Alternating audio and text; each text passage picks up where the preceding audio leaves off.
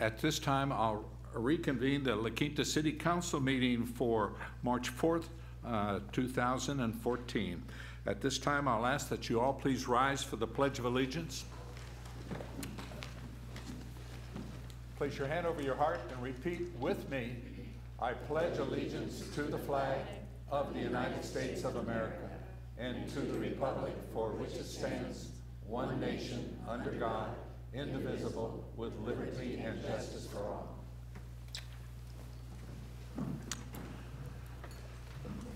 Thank you. First item on the agenda is public comment. Anybody wishing to speak on an item which is on the agenda, I'd ask that you please fill out a request to speak form. It's a form like this. It's in the back of the room, and give it to our city clerk up here. At this time, anyone wishing to speak on an item not on the agenda may do so. Now, I do have some requests that people wanted to speak on items not on the agenda. And when I call your name, if you'd come up, give us your name and address for the record. And if you'd keep it to about 3 minutes, we'd really appreciate it. And that first one is John Lentot, is it?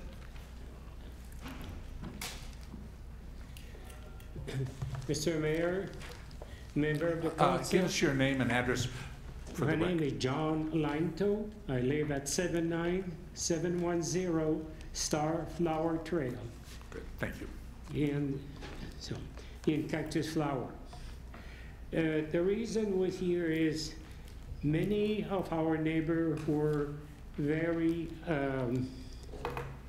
shocked by the letter that the city sent regarding the landscaping assessment that the city wants to do. The assessment district want to impose on us is out of fairness. The amount of the request, I don't know who put that together, but that doesn't make to us any sense. Last July, the city signed a contract with Kirkpatrick Landscaping.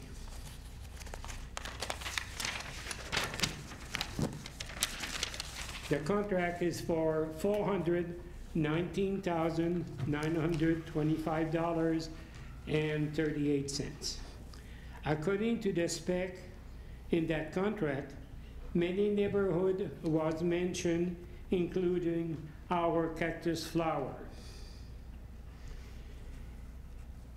And a list of square footage for turf, shrub, irrigation, tree, etc. was part of the contract. That list that you have on your hand, that I give you a list, it's only for Cactus Flower. If you look at the list, you will see that the list of work Kilpatrick need to do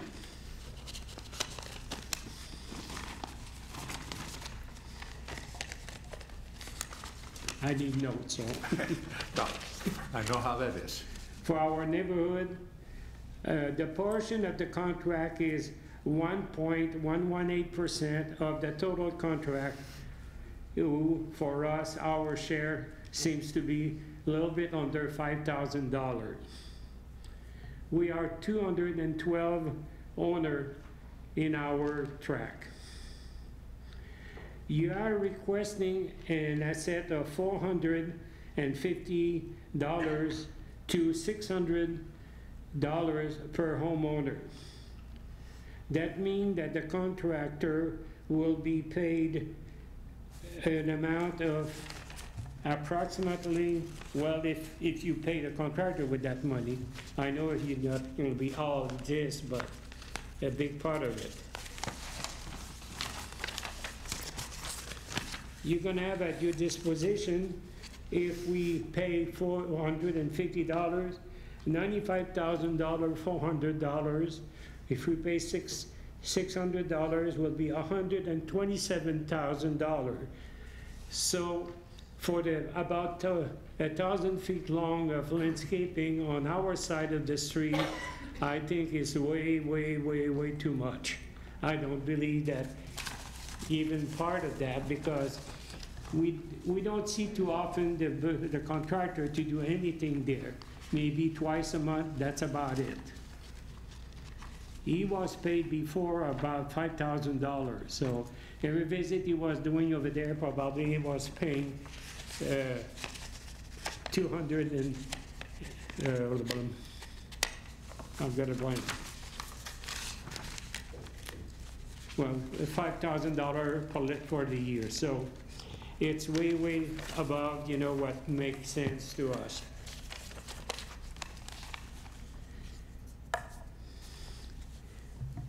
The, if all owner pay $450 for the 212 owner on our track, he'll give them $95,000, like I said before, or $127,000 for if it's $600. So I beg the council to revise that possible assessment. So this is what I have to say, and I hope that council will take that under consideration. Okay, thank you, John, for bringing this up to us. We will be having in our next city council meeting a issue on this thing, and this will all be talked about, which is on the 18th. And that, so a little premature. We don't respond to the issues that people bring before us at this time, but we will respond to it on the 18th when we have the agenda as part of the assessment in that. And we totally understand your concerns and that, and we will be addressing that issue. Okay. Do you know how many owners receive a letter regarding that? Who did? How many owners receive I've a received letter? a lot of emails and letters from people that are concerned about the what has transpired on the assessment. But understand, you know, this is just something we're asking of the citizens that live in those communities on the north end. This is nothing cut in stone that we're going to do this. We want your input to tell us whether you want to go along with it. But I think one of the things we have to understand, with the exception of two separate streets, the city does not own that land. In that this land is in limbo, and that has to be resolved. It's not owned by the developer who disappeared. It's not owned by the property owners, and it's not owned by the city. And I'm surprised the county hasn't come back in and said, who's paying taxes on this land? Oh, I'm sure somebody's probably paying taxes. Somebody is, but it's not designated because there's no property owner that's on that property. But it's an issue we have to address, and we'll be doing this on the 18th. Is that possible that you sent a letter to like 5,000 people? No, how many? Tim knows. 1,600 approximately. Yeah. Survey and letter. How many? 1,600. 1,600? 1,600? Yes. So, so the city will collect. I don't think the city gonna have to collect our property tax if you got all that money. Well, your property taxes to the city of La Quinta is probably the smallest in all of the cities of the Coachella Valley. 37 cents on the dollar. Yeah, but 30, what is it? 35. Oh, $35.70 a year. That's all that the city charges our residents. That's pretty cheap. If you ever imply that, it'll give you a lot more. Okay, thank you very much. Okay, thanks, John.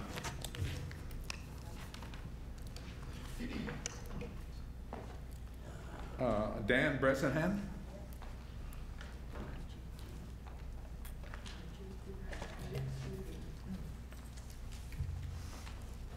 Hello. Your name and address? My name is Dan Bresnahan, 79150 Camino del Oro, La Quinta, California. Good, thank you.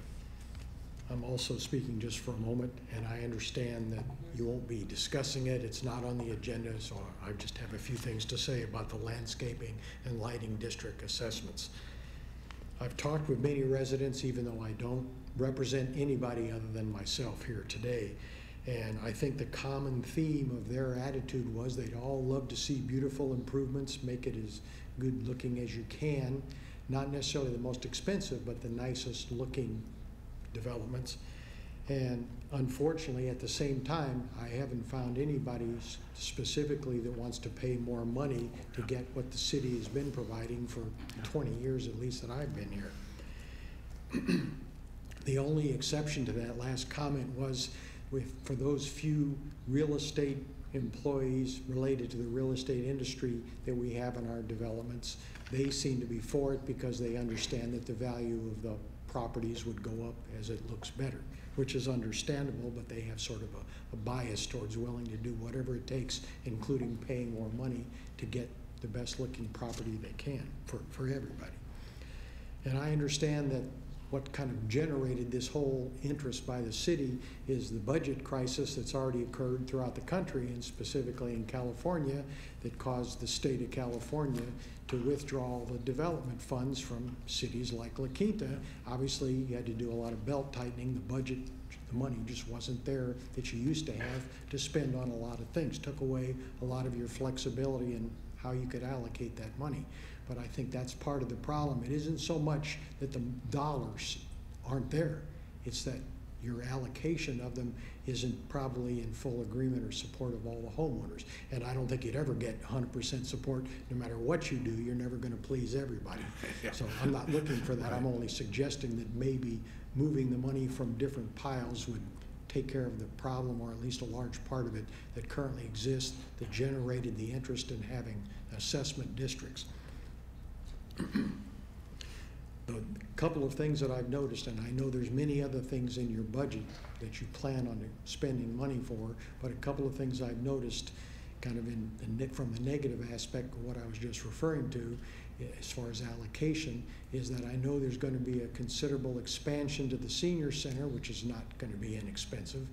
And I know that you just approved a 2-year $40,000 expenditure to 5 nonprofit groups. Those are just some of the examples of moving the money around. It's an issue of how it's being allocated, where it's being spent, as opposed to simply not having enough funds to take care of everything the city wants to.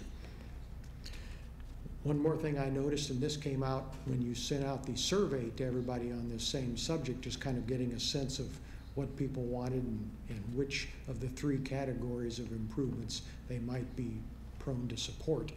One thing I noticed was that several of the sentences in that survey, and I'm assuming you're probably going to try to use the same wording in the actual ballot, and that's what bothers me, because the sentences in the survey, several of them were complex compound sentences, and obviously the city attorney can kind of claim that it was never passed in front of him for review, but I don't think that is or is going to be the issue when it's actually put to a vote by everybody.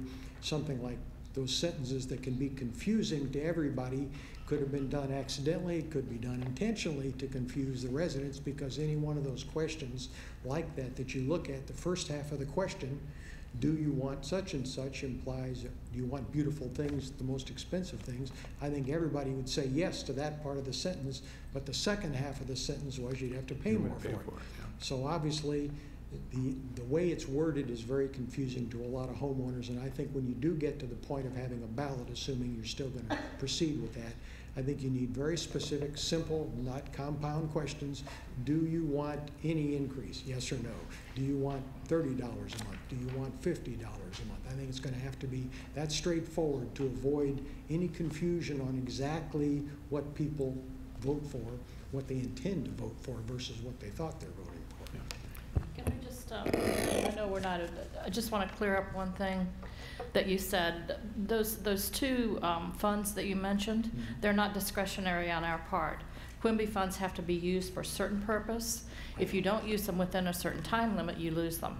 I understand. So it's not something that we could. General fund money. No, it's not general fund money. I understand. And as far as the grants are concerned, it's the same thing. A portion of that can go to like the Boys and Girls Club or some other nonprofit, but the rest of it has to go for street improvement, capital improvement. Capital improvements, yeah. So I appreciate what you're saying. I didn't want the audience to think that we are not using those particular funds for what you're talking about on the north side. We're not allowed to do that. I understand the specifics you're talking about. Yeah.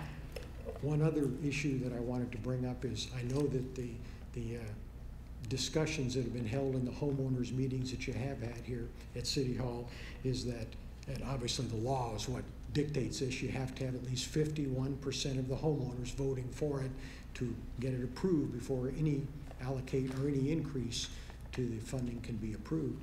And I want to make it clear that it isn't simply 51% of all the homeowners. It's it's 51% of the homeowners, not 51% of those that vote. And I noticed one question I might throw out to you, not a question but a comment. When you sent the ballots out, you sent the ballots out, not ballots, the survey to the residences. We need to take a look at that. There are quite a few homes, more than a few, dozens and dozens in our area, that the actual owner of the property doesn't live there. If it was sent to the actual residence address, the person who has the legal authority to vote yes or no on an issue like this isn't going to reside there and probably never even received the actual survey, and I assume the same thing or something similar would be done with a ballot, assuming it's done by mail. Yeah, I'd good be point. concerned about just how it's managed, you might say, as far as making sure we accurately portray the information, just as Ms. Franklin said, that everybody understands exactly what the issues are. And again, back to what I said in my first comments, I don't think anybody's going to have a problem with improving the beauty of the whole thing. The issue, I think, is simply they don't want to spend more than whatever the tax is that they're already paying for the property. Good. Thank you for your time. I appreciate it. Thank you, Dan. And Ann.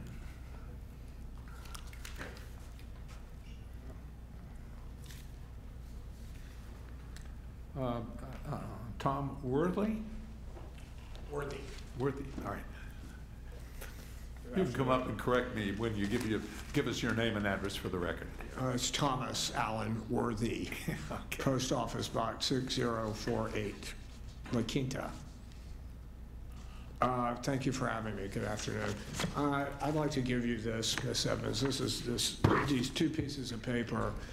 This, hard to call it a document. This brought me to my knees. This fraudulent, non-medical power of attorney that this idiot, when he put the pen in my hand at Eisenhower, if you recall, when I was comatose, and has brought me to my knees.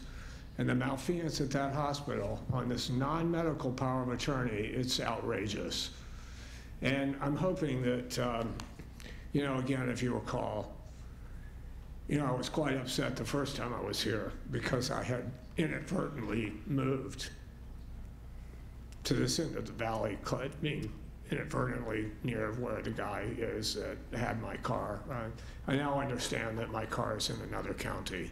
Proof that he did nearly murder me, which is why I was so upset. And thanks to the malfeasance of the Palm Springs Police Department.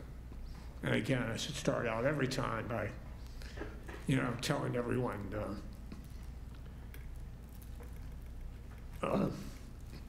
my dear father was in the Navy, so it makes me feel terrible, as you can see, to say anything bad, but it's a horrible problem over there. Their malfeasance is off the chart. It's not acceptable. The DMV has never cleared the title on my car, which is, again, is why he's passed it off to another person in another county. These two pieces of paper are just tantamount to trash, and the way they've treated me at Eisenhower, it's a travesty. It's despicable. No lawyer, I don't know how even these two pieces of paper crossed the desk at Stuart Title to even go to print. It's outrageous. I hate to count past 20, so my dear father taught me about documents. I pointed that out before. Documents, I know my documents. But again, here we go.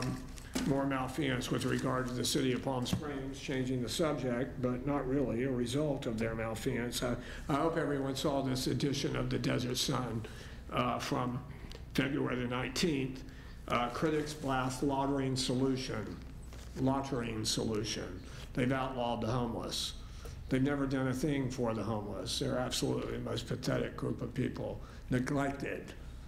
So I hope you saw it. If you didn't, possible new law targeting the homeless downtown has some merchants worried it will exacerbate the problem in other parts of the city.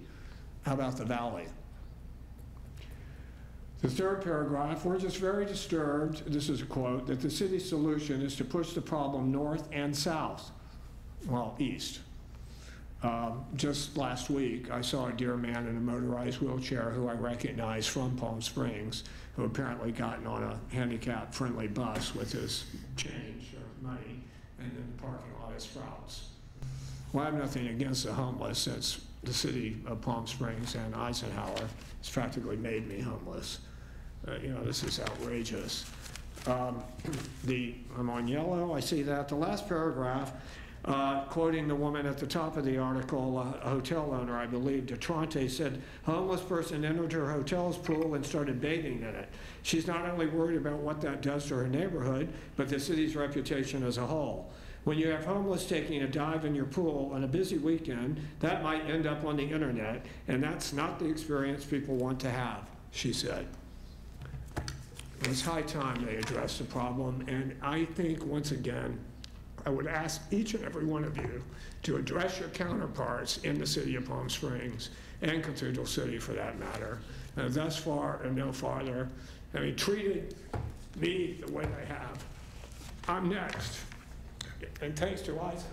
Right. If you would- I give that to our city yeah. clerk. Go ahead and give it to Susan, yes, thank you, Thomas. I will. Yeah. And it seems like you're in good health, so that's positive. Sorry? Seems like you're in good health. You're getting around quite nicely. Haven't It's good fallen news. lately. Very good. Haven't wound up back at your hospital. Okay, we're there if you need us. Thanks, Thomas. Thank you. Patricia Lawson? Thank you. Patricia Losser. I reside at 79815. Patricia Losser. Can you hear me now? Yeah. Is that better? Okay. No, it's not you, the speakers. Can you make it a little bit louder? Do your best. Okay. Patricia Losser, 79815 Horseshoe Road, La Quinta. Ex-cheerleader, I should be able to do this. I'm speaking on behalf today to the council for myself and my husband. I am here to ask that you appropriate funds to finally fix the drainage problem on Horseshoe Road and reimburse for the losses caused by floods. When our home was purchased back in 1999 in the summer, there were no water backup problems.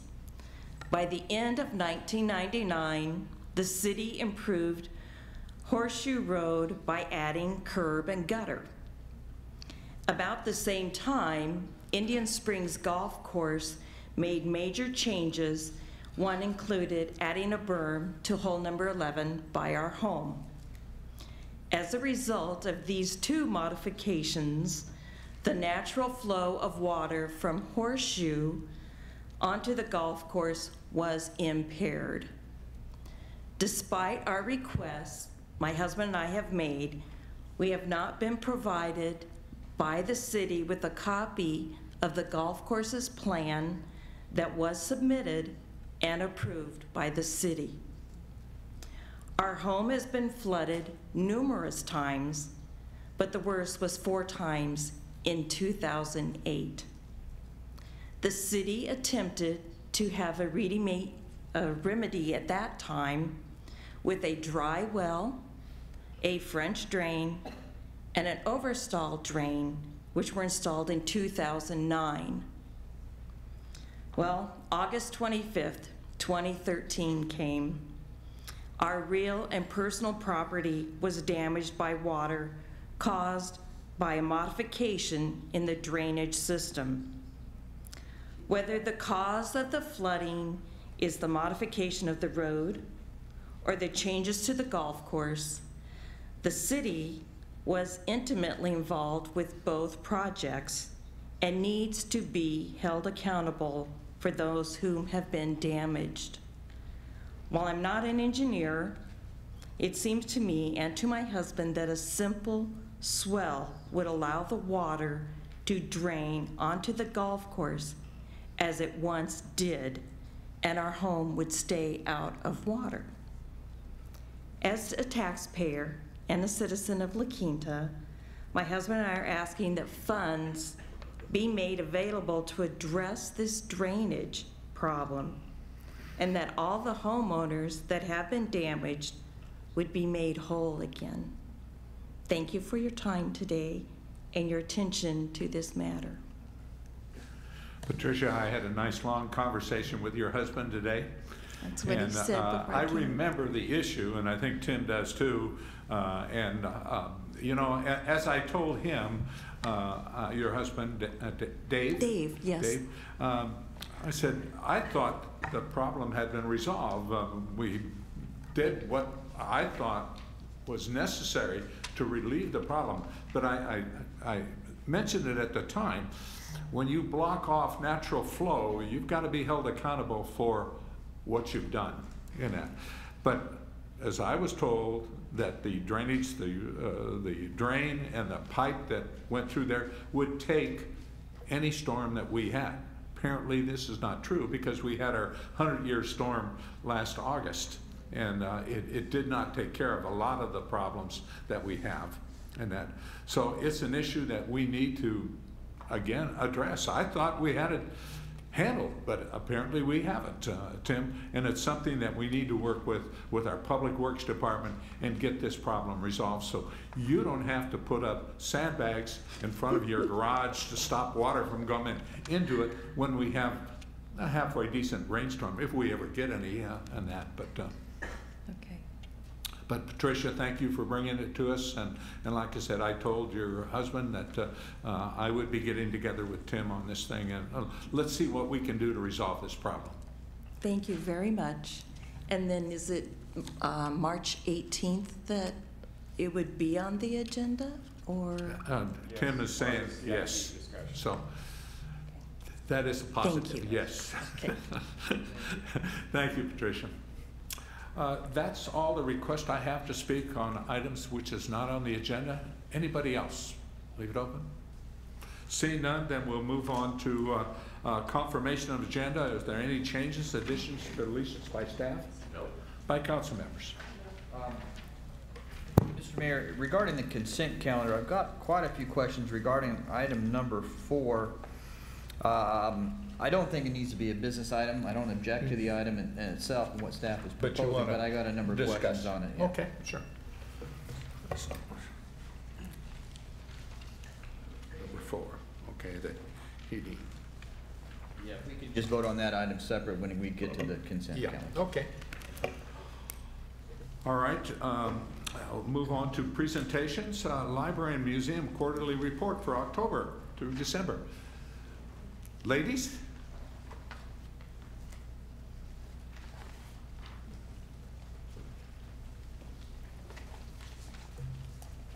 We always like to hear this.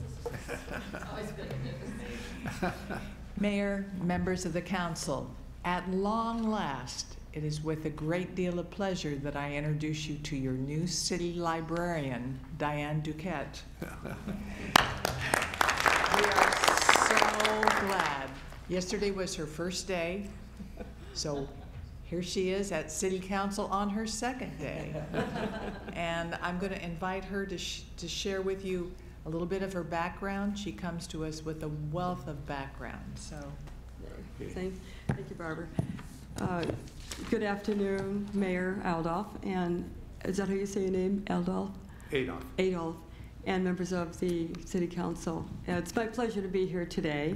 I'm Diane Duquette, and I was formerly, I've worked in public libraries for over 30 years in administration and also in academic and school libraries in my years past. And I'm just delighted to be here today and delighted to be the new city librarian for the city of La Quinta. It's an absolutely lovely facility, and I visited La Quinta many times over the years, and I'm really looking forward to serving the community of La Quinta and with public programs and certainly lots of new materials, and thank you so much for your wonderful support of the library for the citizens of La Quinta. So it's my pleasure to be here. Thank you. Good. Were you here for Black History Month and Ted Herman's? Unfortunately, I was not, but I will be here next year. You missed great programs. But I'm very excited to be here also for the La Quinta Arts Festival, as I'm a big art fan. So thank you very much. Well, you won't miss that. I know. Thank you so much. Thank you. And it's always a pleasure to give the quarterly report for the museum. Our statistics for the fall quarter were up 25%, and I attribute some of that to the very successful Creativity in La Quinta art exhibit that we had last fall, and also our wonderful Artists Open Studio tour that we did for the second time.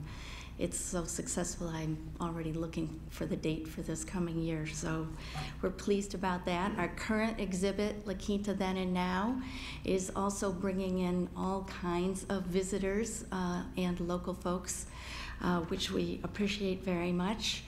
Our First Friday programs are continuing. Last month, we were lucky to have the city manager come and share his vision for the future of La Quinta.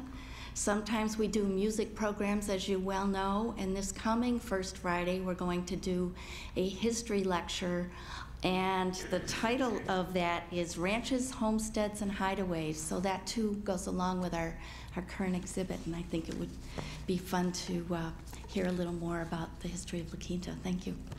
Okay, thank Well, you. I couldn't help but notice, obviously with the increase in attendance, et cetera, and programs, that the gift shop sales increased significantly over the past year. And I don't know if part of that is because of the credit card move, but kudos for a little bit of revenue generating. We're having lots of fun buying. Good. You should all stop over, and everything is really related to the museum's mission. It's desert, it's connected to what La Quinta's all about. We have works by some local artists, so it's lots of fun to be developing the gift shop. Great.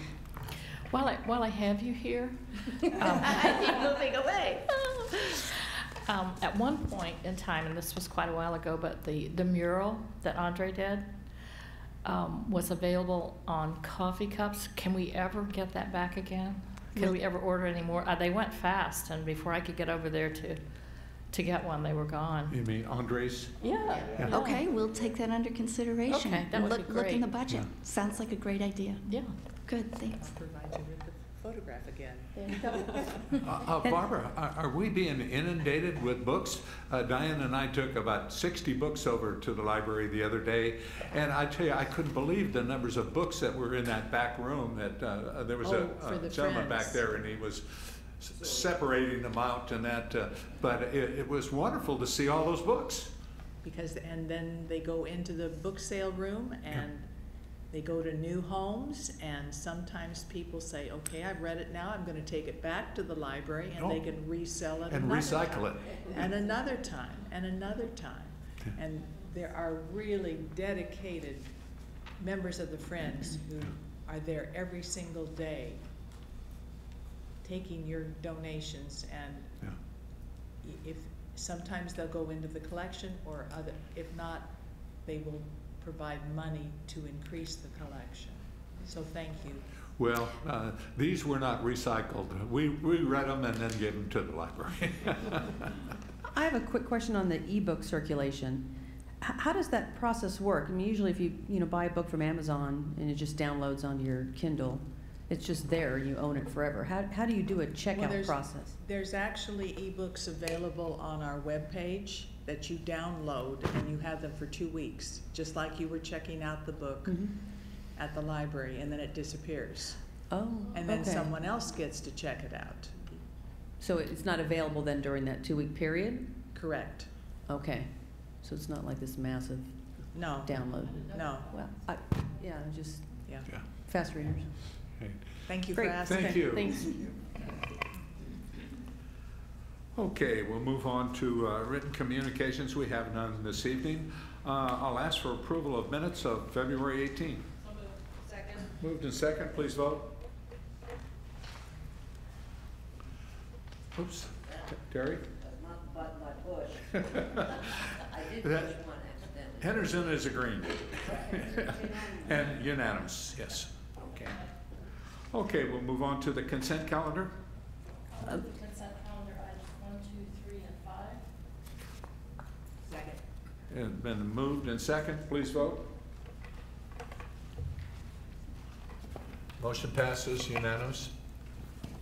Lee? Yes, thank you, Mr. Mayor. Regarding item number 4 and the heating and ventilation system here, just a couple of questions. I mean, I see where the Pacific West Industries is being awarded the contract based on the bidding process. My concern is that their bid of $98,000 was $41,000 lower than our engineer's estimate and almost half of what the competitor bid. So are we giving this to them because we have to by law because they're the lowest bidder, or are you feeling that comfortable with this group that they can do it so much cheaper than we estimate and the competitor? These are the same two bidders we had on the first Is go that right? around, and this company was low bidder before. They've been in a lot of conversations back and forth with staff, and they know the project very well. So we're comfortable that this is just the installation price because we went and bought the Right. HVAC units, and so part of the thing about this project is that you open up the ceiling to get to the units, and then if you're not familiar with what you might find when you do that, you could be run into additional costs. I believe this is the contractor that did the first phase of the project, and Steve Howell can correct me if I'm wrong on that. It was actually the higher bidder who did the first project, but the second bidder, who is the low bid for this project, he is more familiar with the system that we have. The low bidder, Pacific West, was the one who installed our control system for our HVAC. So he's very knowledgeable about it. He's also in good contacts with the engineer who designed the whole system. So we're confident that he can do the job. Okay. All right. It was just such a substantial difference between your estimate and the competitor that I had to ask, but we're okay. Obviously, you're confident you wouldn't award a contract. All right, it's just huge.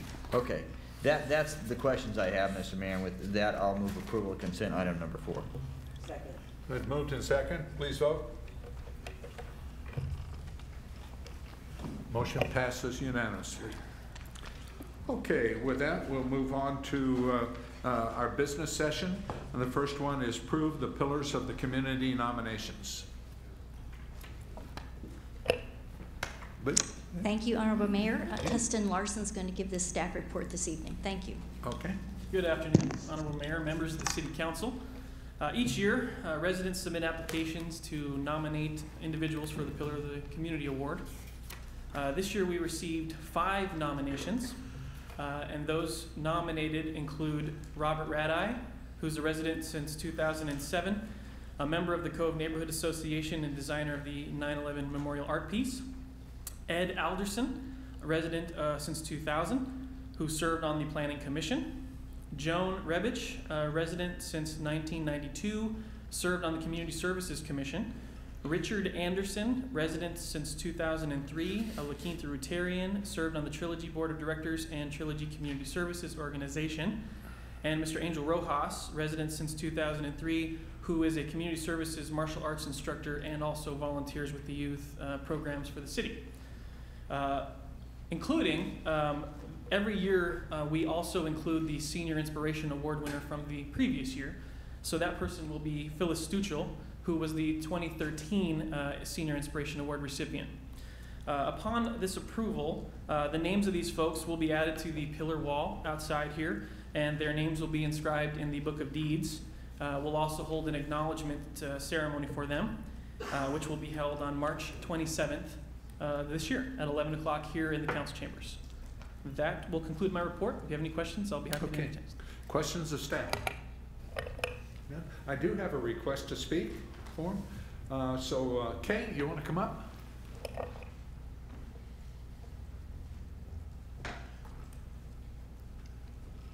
Kay Wolf, 77227 Calle Ensenada.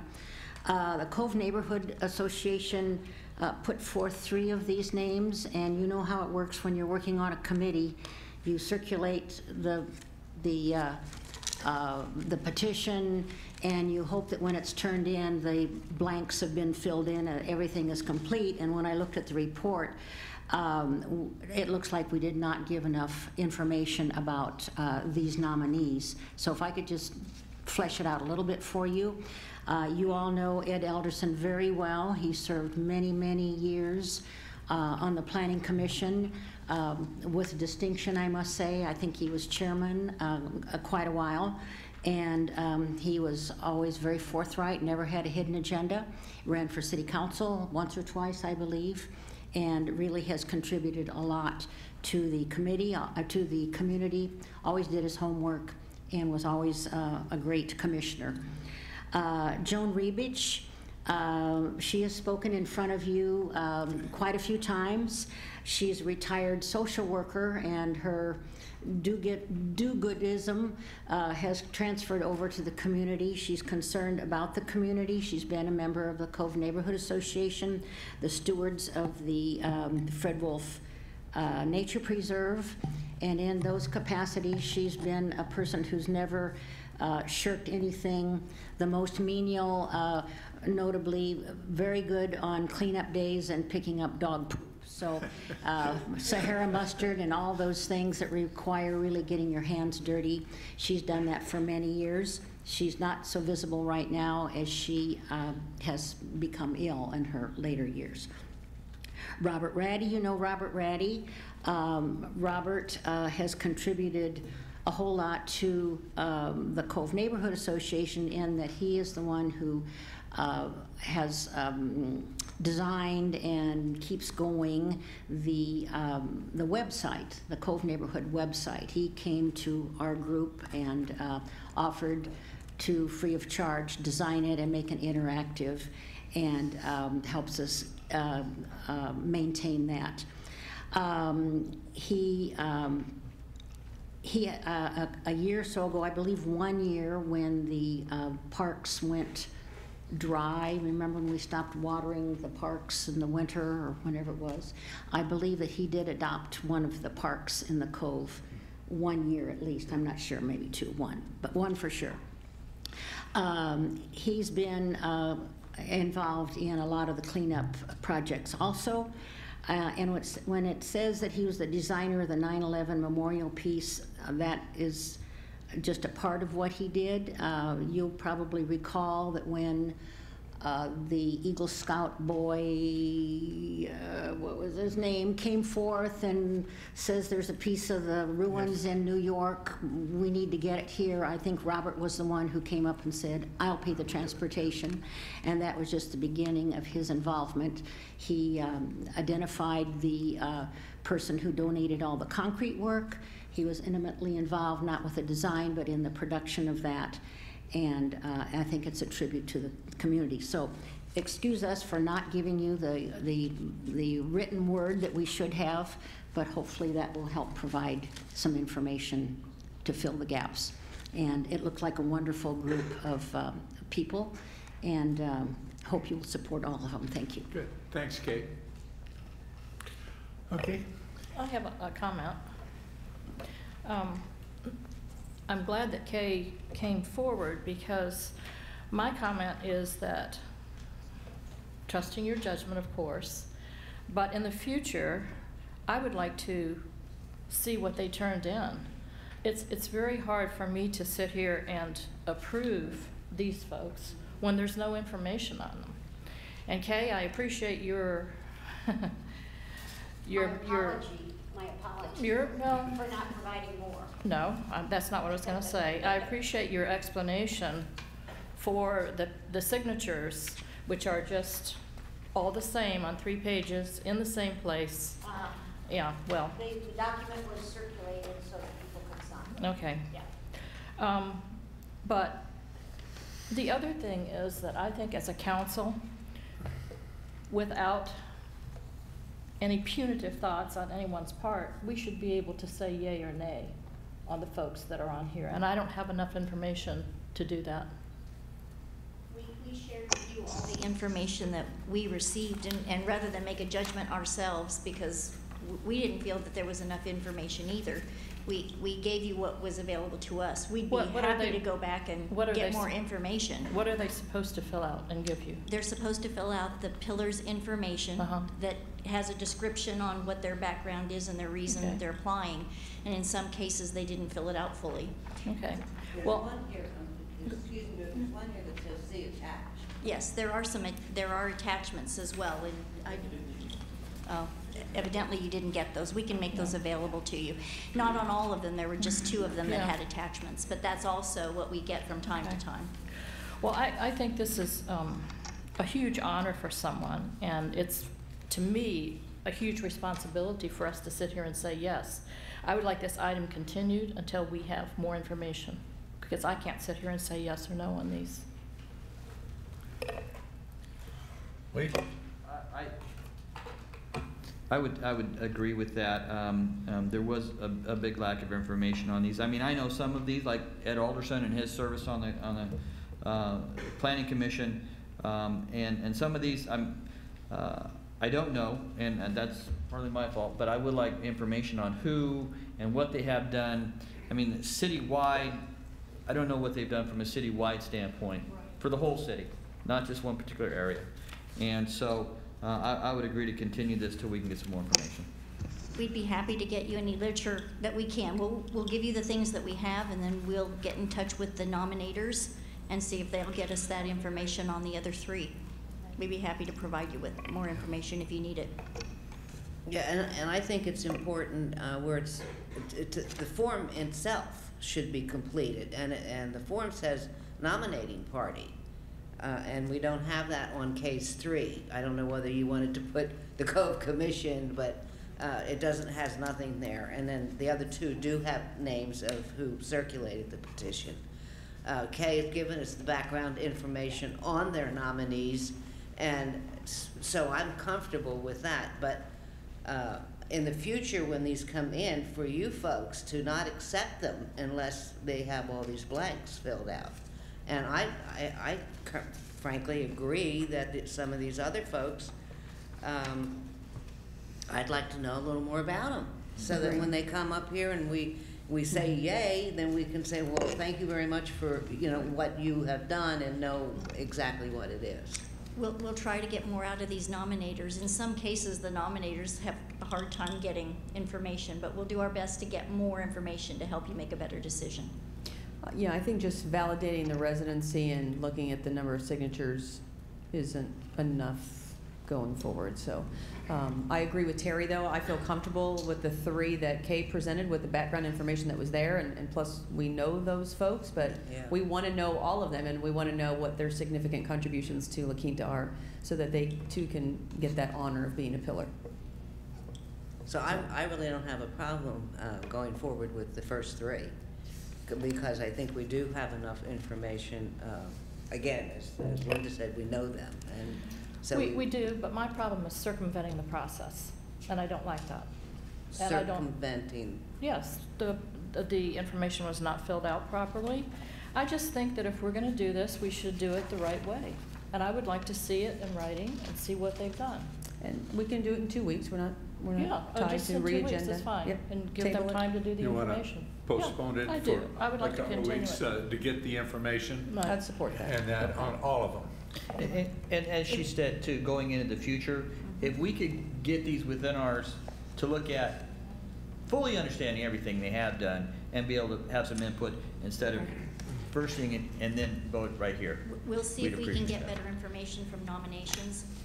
That's often a challenge, but we will try to get more information. But, Yeah. well, They don't always get us the information. If they don't, they don't, but we need that information. Right.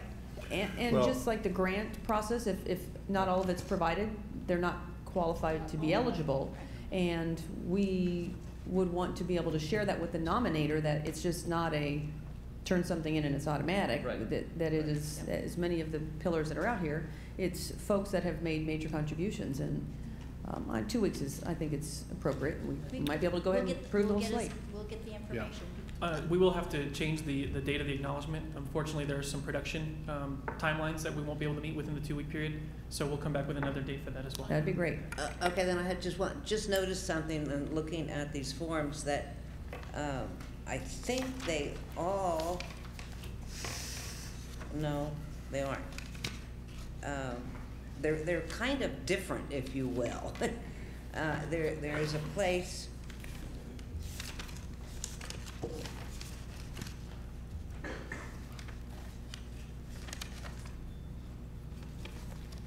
I don't know. what is this one? This one's. Richard Anderson's is different.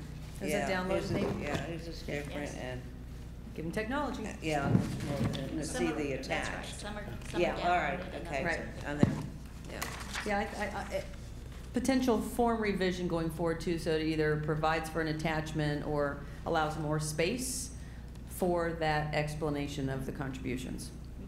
That's an easy change.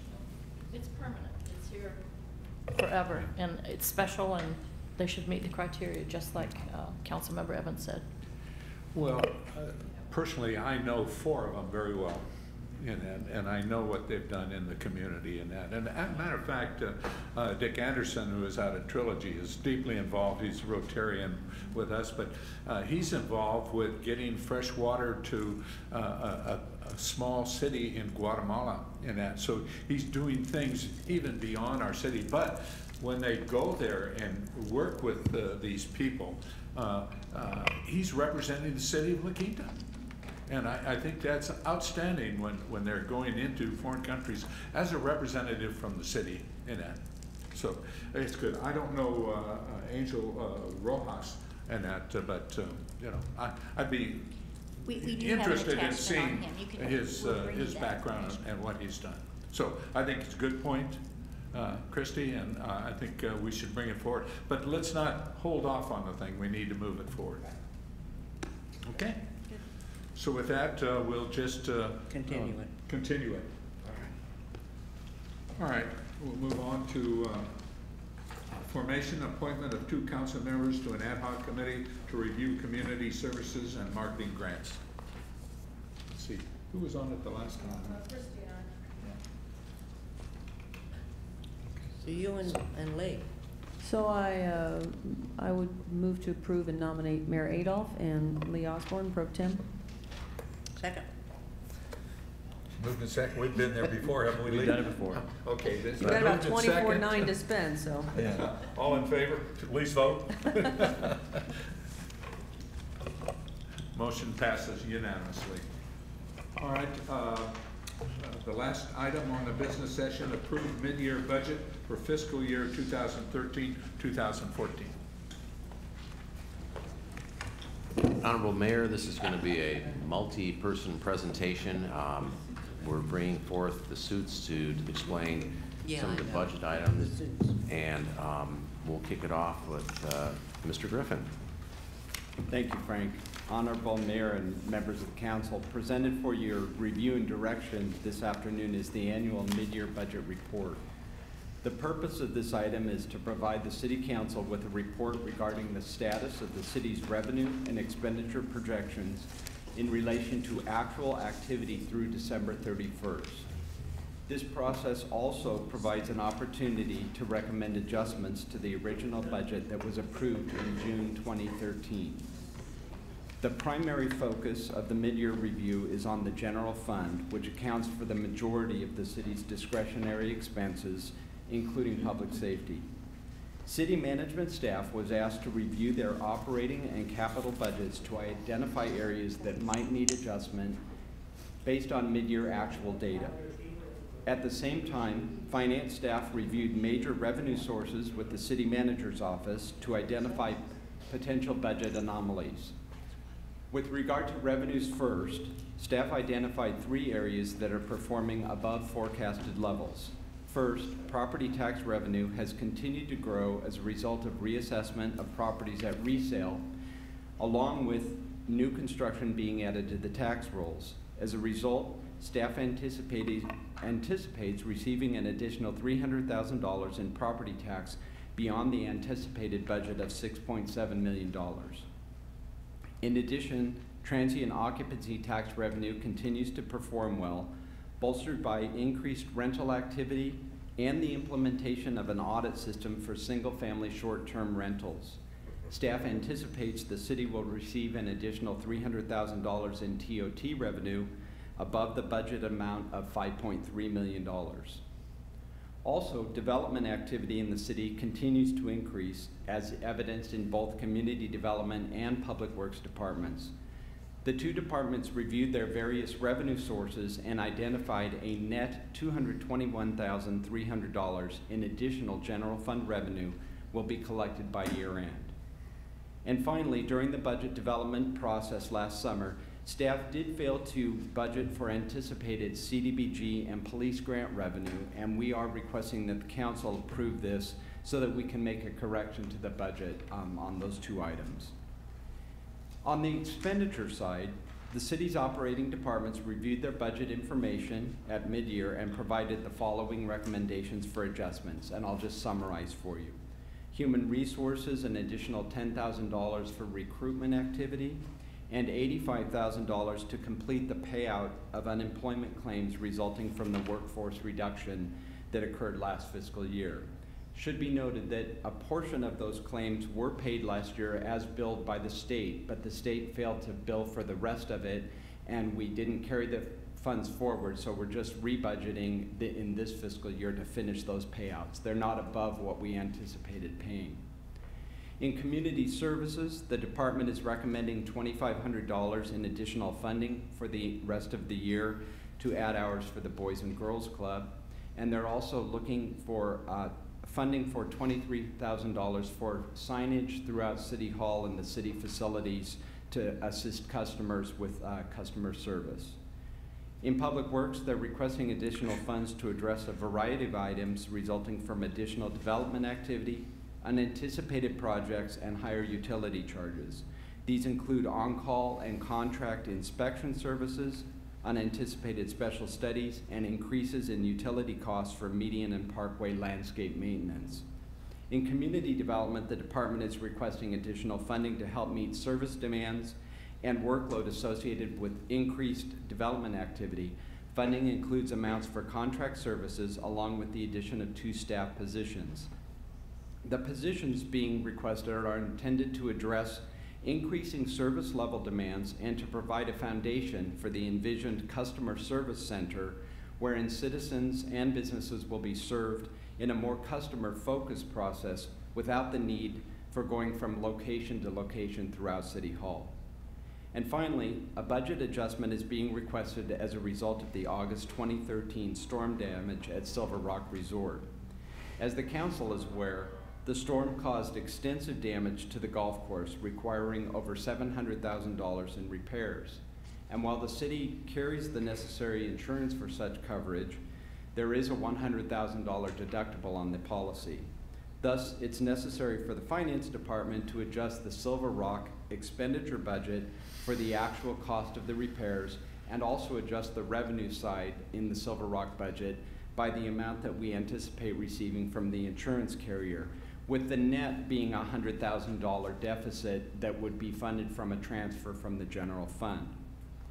As you can see next to me, the executive team is available to answer specific questions regarding their budget adjustment requests. And in the meantime, however, the recommendation this afternoon is to approve the recommendations contained in the mid-year budget report and direct staff to make the necessary expenditure and revenue adjustments to implement those recommendations. And that concludes my verbal report. I'm here to answer any questions you have along with the directors that are affected by our recommendations this afternoon. Thank you. Okay, questions of staff? Lee? Go ahead. Thank you, Mr. Mayor. I have a couple of questions and a couple of comments, but we'll stick with the questions first. Part of this, I'm pretty concerned that we missed some things from our accounting department, and the auditor missed those things as well. In the respect to the revenue side, the CDBG funds and the JABG grant, I mean, those things, this isn't the first time we received those. We've received those for many, many, many years. So why it wasn't handled properly, I don't know. And then the aspect of the liability for the $85,000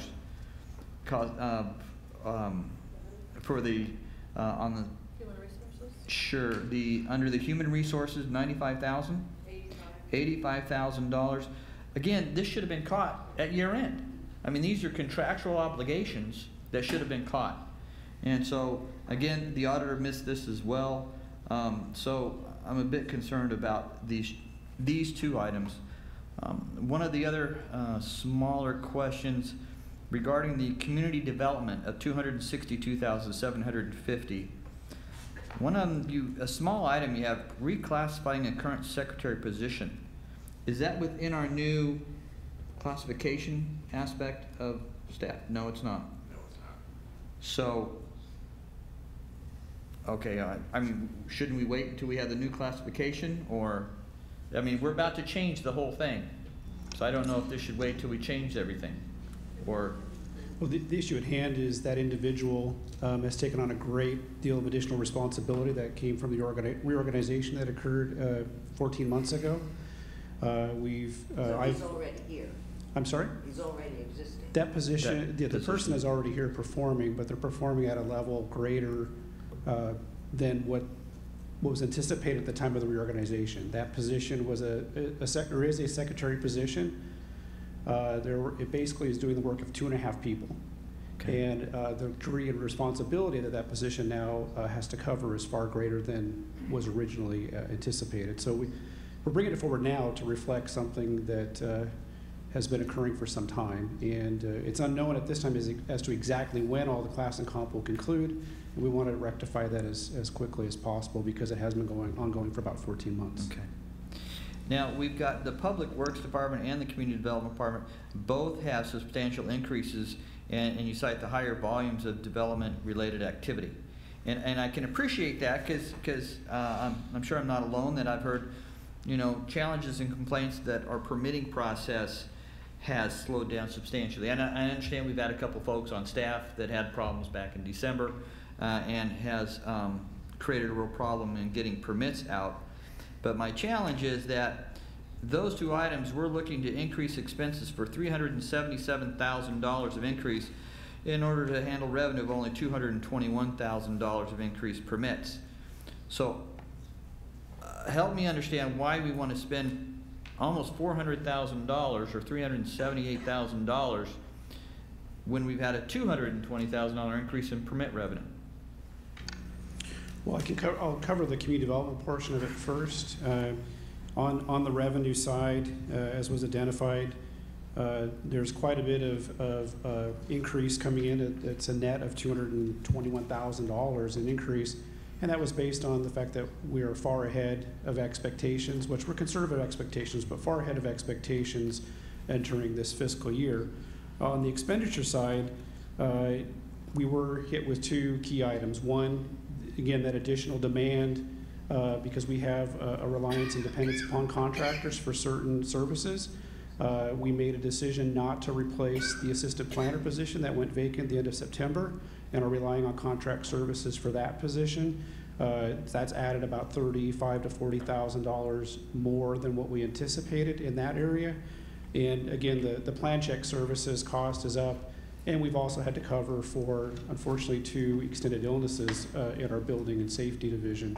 So that's resulted in a portion of the $262,750 community development. The rest of that has to do with the request for the 2 new positions, an office assistant coming on board, as well as a permit operations supervisor. And I want to mention that those are not positions that are being proposed to be added as a result of the development activity we've seen recently. It's to address, number one, the permit center and our new permit tracking software that'll be coming on board in June. And the office technician position is proposed because, again, as I mentioned, we underestimated the administrative support impact. To be honest, we cut a little bit too deep in that area, and we're having a real challenge and have been backfilling that with temporary office help. The amount of paperwork and volume of that coming in through our permit center, now that we've consolidated planning, building, and public works activity, permit activity across one counter, has just been far greater than what we anticipated when we did the reorganization 14 months ago. Okay, and I can appreciate, you know, the cuts that were made in this city and the staffing, and I can very well appreciate what we've done, and I can understand having to bring some of these things, some of these positions back, because activity's coming back again, and we've got more permitting, and we've got better business in our city. But I'm very, very reluctant to put $378,000 at this area so quickly. One other question, Tim, maybe you can help me regarding Silver Rock. Okay. And one of the most frustrating moments of my time setting up here is when we had the first rain out there at Silver Rock as we finished, and we had some severe damage. Yeah. And I asked the numerous engineers why we had so much damage, and they told us, well, we engineered how it was going to come off the mountain, but not where it was going to go, or vice versa. And I couldn't say what I wanted to say at that point. So now we had this rain in August, and we had $778,000 in damage. Is this again because of we didn't know where it was going to go, or we didn't know how it was going to come down? Do we need to have permanent fixes, or is this a one-time thing? If it rains as hard again tomorrow, we won't have that damage? Well, you know, a couple of things. I would say that, yes, this is a one-time event in terms of the intensity of the rain. It was CVWD and the National Weather Service said it was between about 150 and maybe a 250-year storm. The intensity was something at least I haven't seen since I've been here. And it was concentrated. That was the thing that was kind of interesting about it. In different parts of the mountains or in the foothills, you had a very intense rain. You know, to draw comparisons, Bighorn and some of the reserve and some of the other mountainside courses were in the millions of dollars in damage. And so, you know, the fact that our irrigation lake in front of 17 topped, went over the green, as I understand it, but no damage really significant to the green, and then flooded the pumping station before the landmark crews could get out and get the water moving fast enough. We basically just couldn't keep up. I think that that's a pretty unique event that we had. Okay. Okay. I hope. Following up with that, Tim, we know where the problem comes from. What can we do to stop it? Well, you know, in going back, we had problems a little bit further south around 16, and that's when we did all of the reinforcement and brought in pipes to bring water across the golf cart path. If you recall from a few years ago. Edie can correct me if I'm wrong. This is the most intense rainfall we had come down the draw next to 17. Last August was one thing, but it seems like every time we get a really good rainstorm, we have a problem, and it's very expensive to fix the problem. What can we do, because the water comes off the mountain there, and you know it doesn't percolate in because it's all rock, and so it comes down. What can we do to stop it? Well, if you recall, going back, we did a project that installed large dry wells next to the 6T, over behind 7, Green, and over by 1. And when we had the last year that the Hope was played on the course, our course dried out faster than anybody else's. And so, you know, it just depends on the particular rainstorm. And like I said, this one was kind of a really intense, focused one. I don't know if you got damage down in PGA West or not. But that, it isn't only the rainstorm, but the wind. Every time the wind blows, all the sand goes out of the sand traps, and then we have to spend the money to replace it. You know, maybe we ought to put a heavier grain sand in there so that we're not dealing with this very light sand, which is nice to hit out of, but you know, it's an expensive proposition. And I think that's exactly what's been done. Edie can probably elaborate on that. We have made some changes to the sand this time around too, putting in a heavier sand. The other thing that we talked about when we make these improvements to the back 9 is to look at number 10, the large bunker on number 10, and make it smaller, because when we lose bunker sand, we lose a lot of bunker sand. The same thing is true with the DG. We have so much area because we have a desert course. When we lose that DG, as we did, it was thousands of acre feet of DG, and so that's why in this particular case, it was really backfilling a lot of material that we lost. That was the biggest cost of this particular thing. We had damage to the pump station, but mostly it was bunker sand and it was DG. Okay. Well, To I bring know, it back to its remember the original. times when we were having trouble with trees going down and that, and we double staked them and we double strapped them, and that stopped it. We ought to be doing the same thing out on the golf course when we're putting in small trees and that, and then also pruning the trees when they get heavy with leaves and that, because the wind comes and they go over, and trees are not cheap.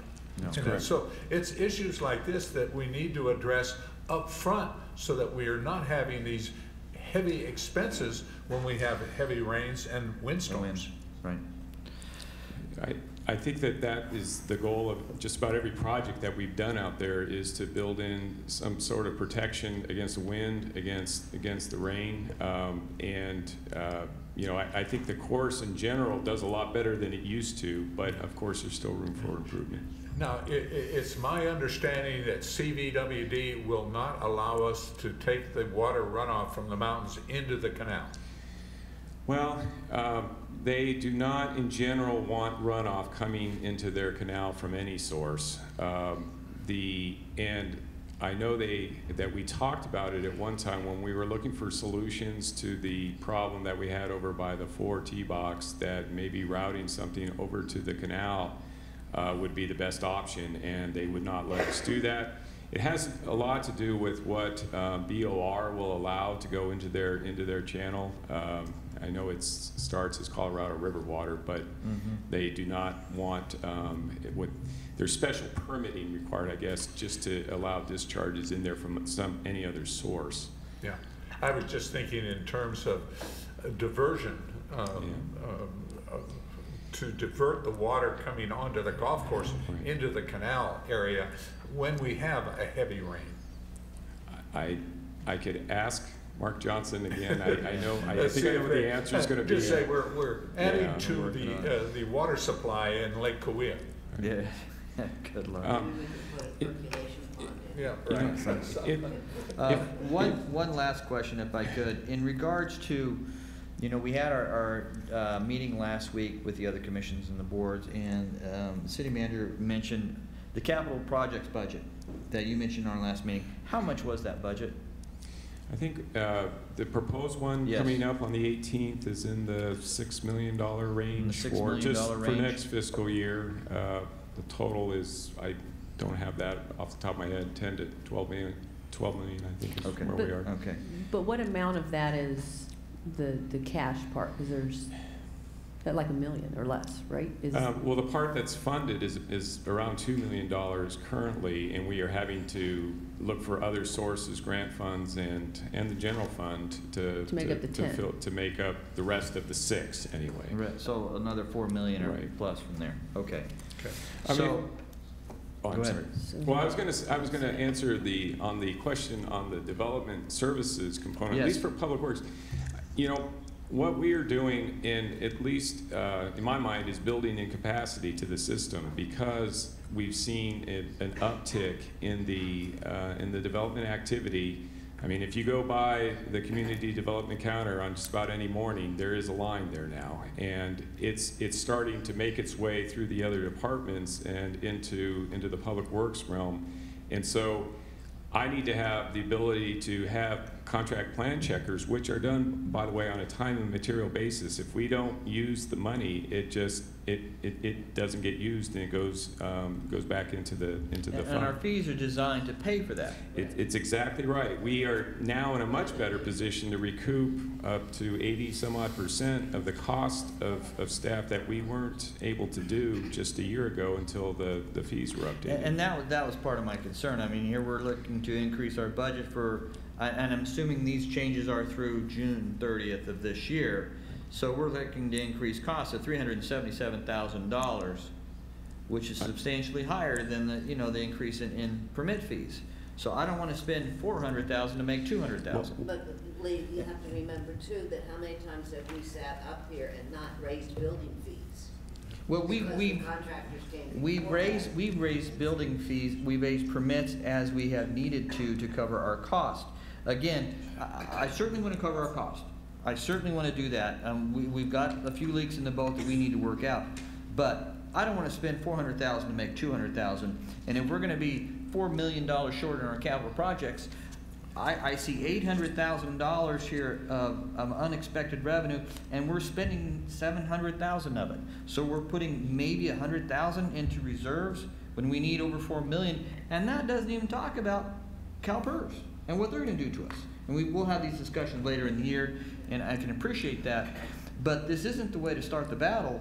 We all know life has changed for us, and so if we're making, and if the city has additional revenues of $821,000, maybe let's put half of that into the reserves and half of it into these increased staffing positions. But I certainly hate to spend all of it. But that's it for my questions, Mr. Mayor. Okay, thank you. Anyone else? I just wanted a little clarity on something on the Boys and Girls Club, the additional $25,500. I'm assuming that would be because we would be there using it. It's only 25. Because of construction. It's only 2,500. My understanding was that the council had suggested that I bring something back at mid-year to look at increasing our agreement with the Boys and Girls Club. We had pulled it back, and by doing that, we would add one more day of recreation. And by doing, I don't remember that. Must have remember, been, is that you? it was something that the council had asked me to look at and bring back to you. So that's why it's there. I did not read the whole paragraph. I'm looking at the 25,500 Yeah, community services. Right. And then the recommendation is for 2,500. Did we cut the Boys and Girls Club? Several years ago, when we made those 15% cuts, one of the things we did to do that was cut a day out of our activity at that facility, the recreation that we have after hours. And that was about $10,000. And so what we are doing is basically reinstating that additional day of recreation for the community and providing that revenue back to the Boys and Girls Club. And so we're going back to 2007 contribution or involved. So this isn't a $2,500 increase, it's a $10,000 increase for next year's budget. It's $2,500 for this quarter. It would be, and it would be $10,000 for the year. Well, yeah, and with those CDBG funds, we've reduced funding to the Boys and Girls Club of over 40,000. Well, that's always depends on how much Right, I understand that, but I mean to the us. impact on the Boys and Girls Club. But it sounds to me like what you say going forward is that we're going to be looking to reinsert the 15% reduction that we made 2 years ago, and I'm not sure that we're prepared to do that. Okay, well, that was my understanding of what I heard, and maybe I misunderstood with it, was that you wanted me to take a look at an option to do something more with the Boys and Girls Club. And so because of that, that was the easiest way, not the easiest way, the best way to provide services to residents, because we opened that gym back up for activities. And then in turn for that, we pay the Boys and Girls Club for that fund, and that's about $10,000. If you don't want to do that, we'd have to look at going back through the grant process. There's only a few ways to do that. Okay. Anyone else? Yes. So 23,000 for signs. Yeah, that's my question. So I'm kind of thinking until we get the new counter, I don't know, I'm just, the wellness center, maybe that's when we revisit the sign component. How many signs are you talking about? That is a budgeted number, not an actual number. We would be putting a bid together. And let me explain what that is, because it starts with the exterior of the building. The City Hall is the only building that the city owns that doesn't say City Hall. It doesn't anywhere on the building. So it would include something that indicates you're at City Hall on both the north and on the south side of the building in large print. It would also include some directional signs about where you go, because we still have problems with residents and developers telling us we're not sure where to go when we park and how to get into the building. So it would have some signs like that. It would include some banner signs at each of the counters, so that people knew what department they were going to. Right now it's in the faded green. You can't really see it. Many of them miss it, and we're directing people around the building. So it would address all of those items. It will likely be less than that amount of money, but that was the purpose, and it was driven by customers saying to us, and even on the corner at Tampico and Washington, it says Civic Center Campus, and people drive right by us. Yeah, that doesn't so say it was City all Hall. of those things combined that we were trying to tie together as part of the customer service, but also to let people know that this is City Hall. When's the centralized counter process going to happen, and obviously those little signs will become a single sign counter. That was one of the requests that is going into the CIP program. We're not sure. Again, it depends on when the funding would be made available to do that. So Tim will be talking to you about that at the CIP And what's the timing of the new IS system for the automated permit tracking, et cetera? That should help eliminate lots of the manual paperwork that we have that we require additional staffing to push. Well, the permit tracking software system is scheduled to go live mid-June. We certainly hope over time that it will minimize paper, the shuffling of paper, the flow of paper coming in, but it's not going to happen overnight. There's not only the issue of us internally adjusting to that, but probably more important, the development community adjusting to it. Some people are ready and prepared and can submit electronic plans to us, but unfortunately there's a lot of folks that are not scheduled or ready to do that quite yet.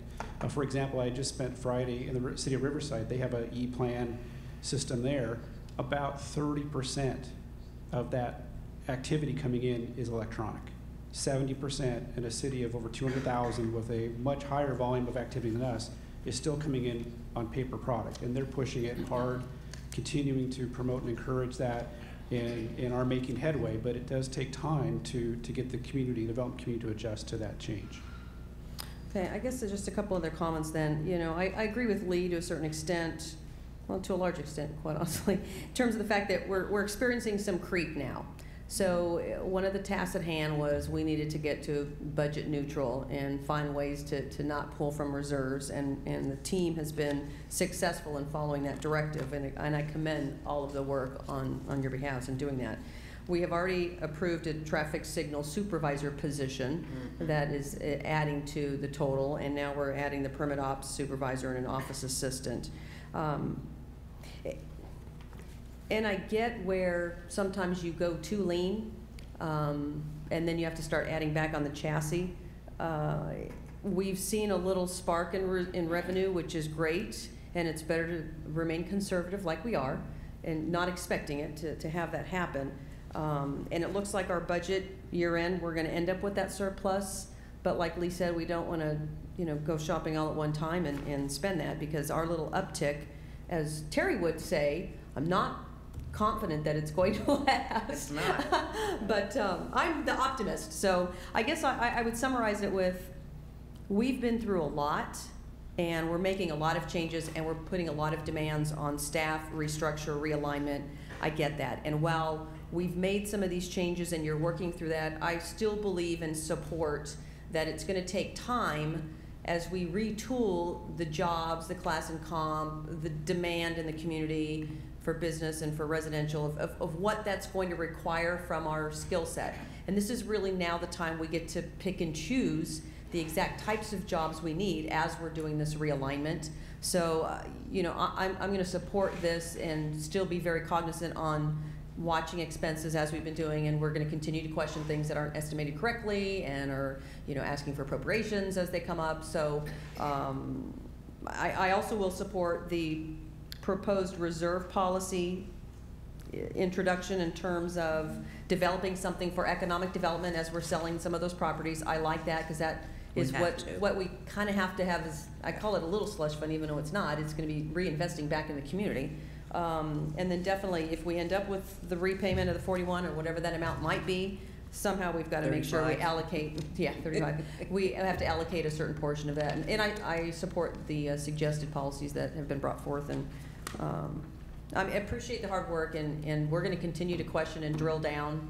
But we're not done with our restructure process. I get that. And until we live with what we got and then make the tweaks, and then live with what we got and make the tweaks, we're going to get to where we need to be while we're still constrained from a revenue standpoint. So, could I get a little more explanation, Tim, on the parkway maintenance, $60,000? You may have said it in there somewhere, but yeah, that's mostly additional water for the medians. We had budgeted about $200,000 for the year, and we had only about 30% of that budget remaining. We went back and looked at a few of the months. August was a big month. and it might have been washed out, irrigation or something along those lines with the storms that we had. We also had big months in January and February, and that coincides with when a lot of the backflow preventers were being stolen around the valley, including La Quinta, and so we think we got pushed into Tier 1 and past Tier 1 into Tier 2 and Tier 3 on some of the meters. Wow. That's about the best detail I can give you. So we think we need about 50 or 60,000 more in water just to make it to the end of the fiscal year. Well, I would find it interesting to somehow track. I'm prepared to support this, but I would find it interesting that somehow we track this request, and then when we get the true figures, see what the real expense was. Absolutely. And maybe come back and say, we're ready to put $50,000 back into the coffers again, instead of, because I know you don't like to come back for more and more money, so you're asking for probably what you think is the most you're going to need, and hopefully it isn't what you need. And if I can add, Patrick, since you're on board, I think this is a great opportunity as we've got our new finance system. I know the department directors have not been intimately involved with the budget development, and my guess is that's changing, especially with the drill down of this mid-year and how you have to defend what you need to run your departments. So I look forward to that, and not to say we're still going to hold them accountable in that collective process. But as we heard from some residents here, and we're addressing things like the lighting and landscaping, we still, that's an education, awareness, learning process of where the gaps still lie. And as we look at those types of things that are presented, development fee increases that were presented a while back, I appreciate the hard work and the diligence you keep giving to making the city of La Quinta remain and continue to be the gem of the desert. So, if I thank you. Could make a relevant comment, we are going to be implementing the budget module of the new financial system in the next several weeks. We have training the first week of April. So the folks sitting right next to me here will thrilled. be in training and learning how to do that input themselves and how to track themselves with the new system. So Great. I think they'll be pleasantly surprised with it. Good. Thank you. I want to see us, as Lee brought up, taking the conservative approach when we're doing this budget and that. And also, I don't want to see a proliferation of signs up and down our streets. And that I hate that with a passion. You know my feeling about political signs and that. But as far as this is concerned, we do it with class, and we don't proliferate and that. And I don't know why, if you told them City Hall is at the corner of Tampico and Washington, and if they look at these four corners, if they can't figure out which is the City Hall, something's wrong. But that's my opinion. Okay.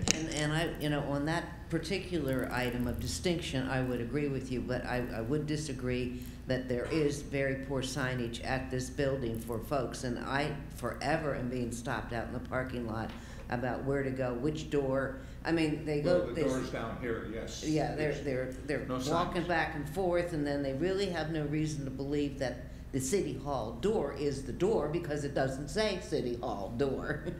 Well, when we spent $9 million on our remodel, we were assured that there would be adequate signage showing everybody where to go. Adequate's And that was relative. not that long ago. So unfortunately, that didn't happen with $9 million. With that, I just have a couple of things I want to say. And Frank, this is probably more for you. When an employee leaves in our new reorganization, so if we have an employee who leaves now, what are our obligations to that employee financially? They resign. So if an employee resigns, basically we pay them for any sick leave they've accumulated, because we have a policy, but it's not a one-to-one, unused vacation time, and any pay that's left that's due them. That's basically it. Okay. So it wasn't in this report, but I did read somewhere, and I can't find it in my notes right now, but Do we have a fund of some sort in anticipation of having to, I mean, knowing that people are going to resign and move on? Do we have a fund that covers those expenses, or how does that work? No, we don't. Basically, the fund that you may be referring to is for future retirement payments as related to the workforce reduction that took place in 2011 and 12. Mm-hmm. So we set aside funds in our reserves, of roughly $1.2 million, I think, to fund that on a going forward basis. Okay.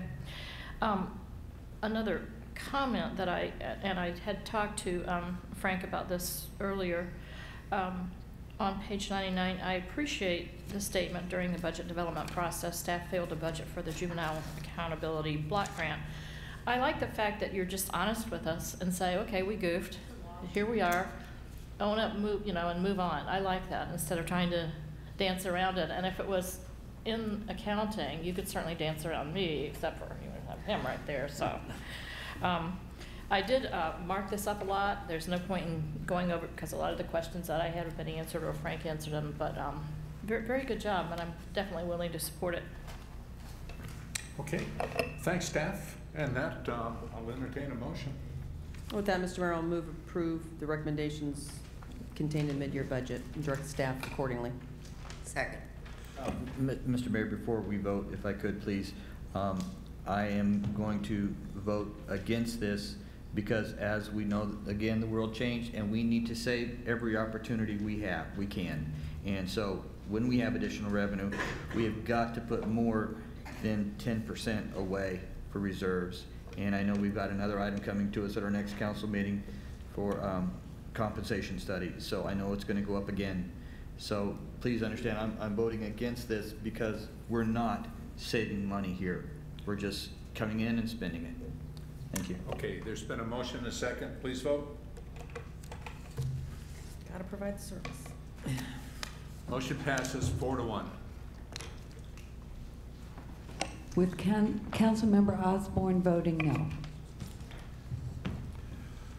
Okay, we'll move on to the next item, and that's the business study session. Discuss bus shelter plan for Highway 111. Kim? I don't know how much of a report everybody needs. I know I'm not for the big guy, and I'm for the little guy.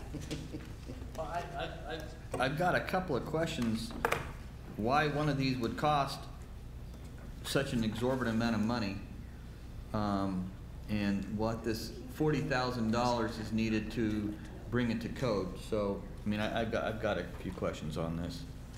Okay, so would you rather we do questions, no presentation? We can jump right in. I think the big question is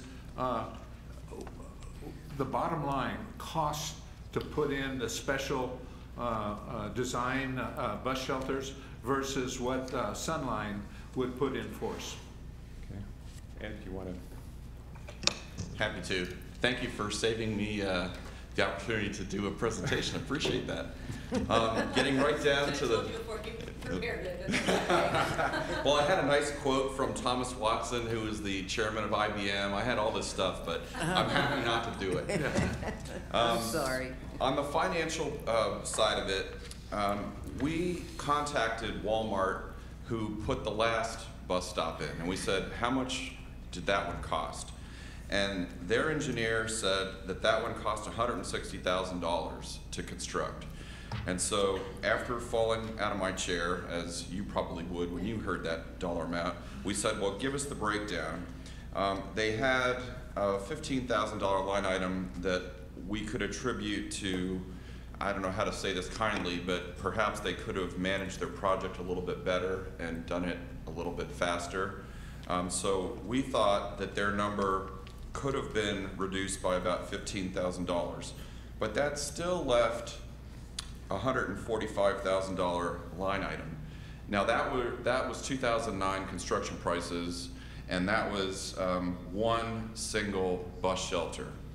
So we didn't want to take that $145,000 line item to council because we thought you'd have the same reaction that you're having now. Yeah. So we said, let's go out to one of the, to get a bid from a local contractor and see what that would cost us. And we had a very good relationship with Werner Bocher Construction Company. As you recall, that's the construction company that donated their time and materials to help the Eagle Scout put in the park memorial. And he was very gracious, and he did for free a cost estimate as if he were going to bid this. His bid came in at $110,000.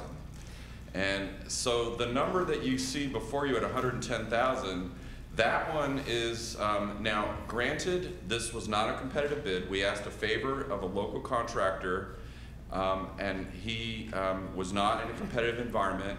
He also was bidding for a single installation and not for an installation of 6. And there would be, you would enjoy economies of scale through the bidding process if 6 of these were to be constructed instead of 1, because when they created the forms for the, to do the form for the concrete work, they could reuse the forms 6 times instead of just once. So the price of $110,000 that we gave you is a pretty good price. And the number of $700,000 includes a little bit of money to get back to the structural engineer because we had a code change. And so the plans that we gave to Mr. Bocher were 2010 California Building Code plans. And of course now we're in 2013, and so we have to pay the structural engineer to relook at those plans, bring them to the 2013 code. So I called the structural and I said, I can't pay you any money, but you know what the 2013 says. Are we looking at a lot of construction money? If I pay you to update these to 2013, am I done? Or are we looking at a big bill to bring this design up to speed? He said, no, you're not looking at a big bill on the construction side of it, but you're still gonna have to pay me to get these up to 2013. I'm not doing that for free. So there's money in it for that, and then there's, our beloved, we in Public Works are fearful of the unknown, and so we do ask for a little bit of contingency money because we just don't know what's gonna happen by the time we bid this out. And so there's a very, very small amount. I mean, I told Tim we were lean and mean on this because of the unknowns. We have $110,000 per shelter, which is vetted by a local contractor, a little bit of money to get those from 2010 building code plans to 2013, and then maybe $30,000 or so of contingency for what we really have no idea what the bidding climate's gonna be whenever these plans do go out to bid. And I will share with you. You're talking 800,000 then? No, we're talking, we think 700,000 is a number if we were to bid it this year, but every year that we wait, it's, it's a little bit more unknown. So you're saying 700,000 to do the 6 That's correct. Shelters. That's correct, because I do think we will achieve some economies of scale through the bidding process by What getting is 6 the of them. city's cost if we let Sunline go ahead and put in the bus shelters? The only cost, if you were to choose the Sunline design model, is our ADA consultant, when they completed their work, they had put us on notice that the actual benches are not ADA compliant. So we would have to find roughly $5,000 per shelter location to upgrade the benches that would come with the Sunlight installation. You're talking 30,000 versus 700,000. That's correct. Right. That's. And you think there's a question there? But did that increase? The report says 2,500 per. I'm sorry, it's 2,500. 2,500 per shelter. It's 2,500 per shelter. Right. Which would cover the cost differential for the ADA. Yes. So what do you do with that bench, as I'm looking at the photo, that changes it for ADA? You have to make it higher. It's the bus benches. It's the bench itself. There's a requirement that there's some drop-offs. You have to have a solid backing per the ADA, and the ones that come with the installation don't have a solid backing. So in order, Sunline staff was very kind. They called their contractor and said if the city were to choose to swap out the benches, what would the cost differential be? And it's an additional $2,500 to get the bench that does comply per our consultant. Okay, then how many existing benches that we have out there that we're not even talking about are not ADA compliant? Oh, all of the benches that are out there are not ADA compliant. We would just, the number that's in here is only for the 6. But we have a different program that talks about compliant or getting ADA compliance for the rest of the city. Funds we use a lot of the curves. Yeah. Right, I mean, that's a huge part of our CIP, I get that. Yeah, the signature design, which is on your right, does have a backing to it. So there's no retrofitting those. It's the ones. It's the other standards. It's the ones that are the standard, or then the one on the left here obviously doesn't have a backing either, so that wouldn't meet ADA requirements. So anywhere where you see those were found to be not in compliance with ADA standards, current ADA standards. All right, so if you go back to the middle one where you've got all the dots and the locations, there. So we already have a plethora of our designer bus shelters along 111. Our signature. Our signature shelters. Yeah, you know, in the spirit of Lee's prior discussion on the budget, I don't see us spending any more money on signature bus stops, and we just proceed with what Sunline's got to give us, and we put them up there. That's what I said. Yes. I prefer the little guy to the big guy. Yep. Yeah, I would agree. Yeah, that's just too big a difference. Yeah, it is. Cost-wise. Yeah, right now. And it has sides on it, which is actually more of a sun protection, plus the advertising opportunity. Well, the ones that are on the north side of the street, you really, most of the time, the benches are in sunlight almost all the time because of where the sun is. Right. And it's facing, we don't have the overhang on it to be able to protect them. I see it there when I go in to get gas at the Shell station, and that the kids and the people are sitting up on the wall, and they're not on the benches because the sun is coming in on them. I have a question. So if we went with Sunline's plan, are we, excuse me, are we gonna have to make 890 and 704 ADA compliant? The blue guys? Because they are not. You would. They are not now. You would. So we would have to do that. Yes, we would ask for that as part of the CIP discussion. Should we get, you know, the point of this discussion today is for you to give us some direction. We would craft a project that you could discuss further in the CIP discussion, and your direction to us might be upgrade the ADA benches. Well, my question is that required? Would we have to do that? Our consultant says it's required. It's part of our ADA transition plan at this point. Yeah. All right. And we use CDBG funds for some of the, like, for the curb cuts, and we've been doing that for years. Could we use those funds? Or are we still funding curb cuts? Well, I'd have to ask Les, but I think there's restricted areas where we can use the CDBG funds, and I'm not sure Highway 111 is one of those areas. Well, I don't need to know that right now. I mean, Now, in the spirit of saving money, you do have the other option. There are 4 shelters that are available from stops that are no longer in use, and we do have some photos of those if you wanted to have a look at those.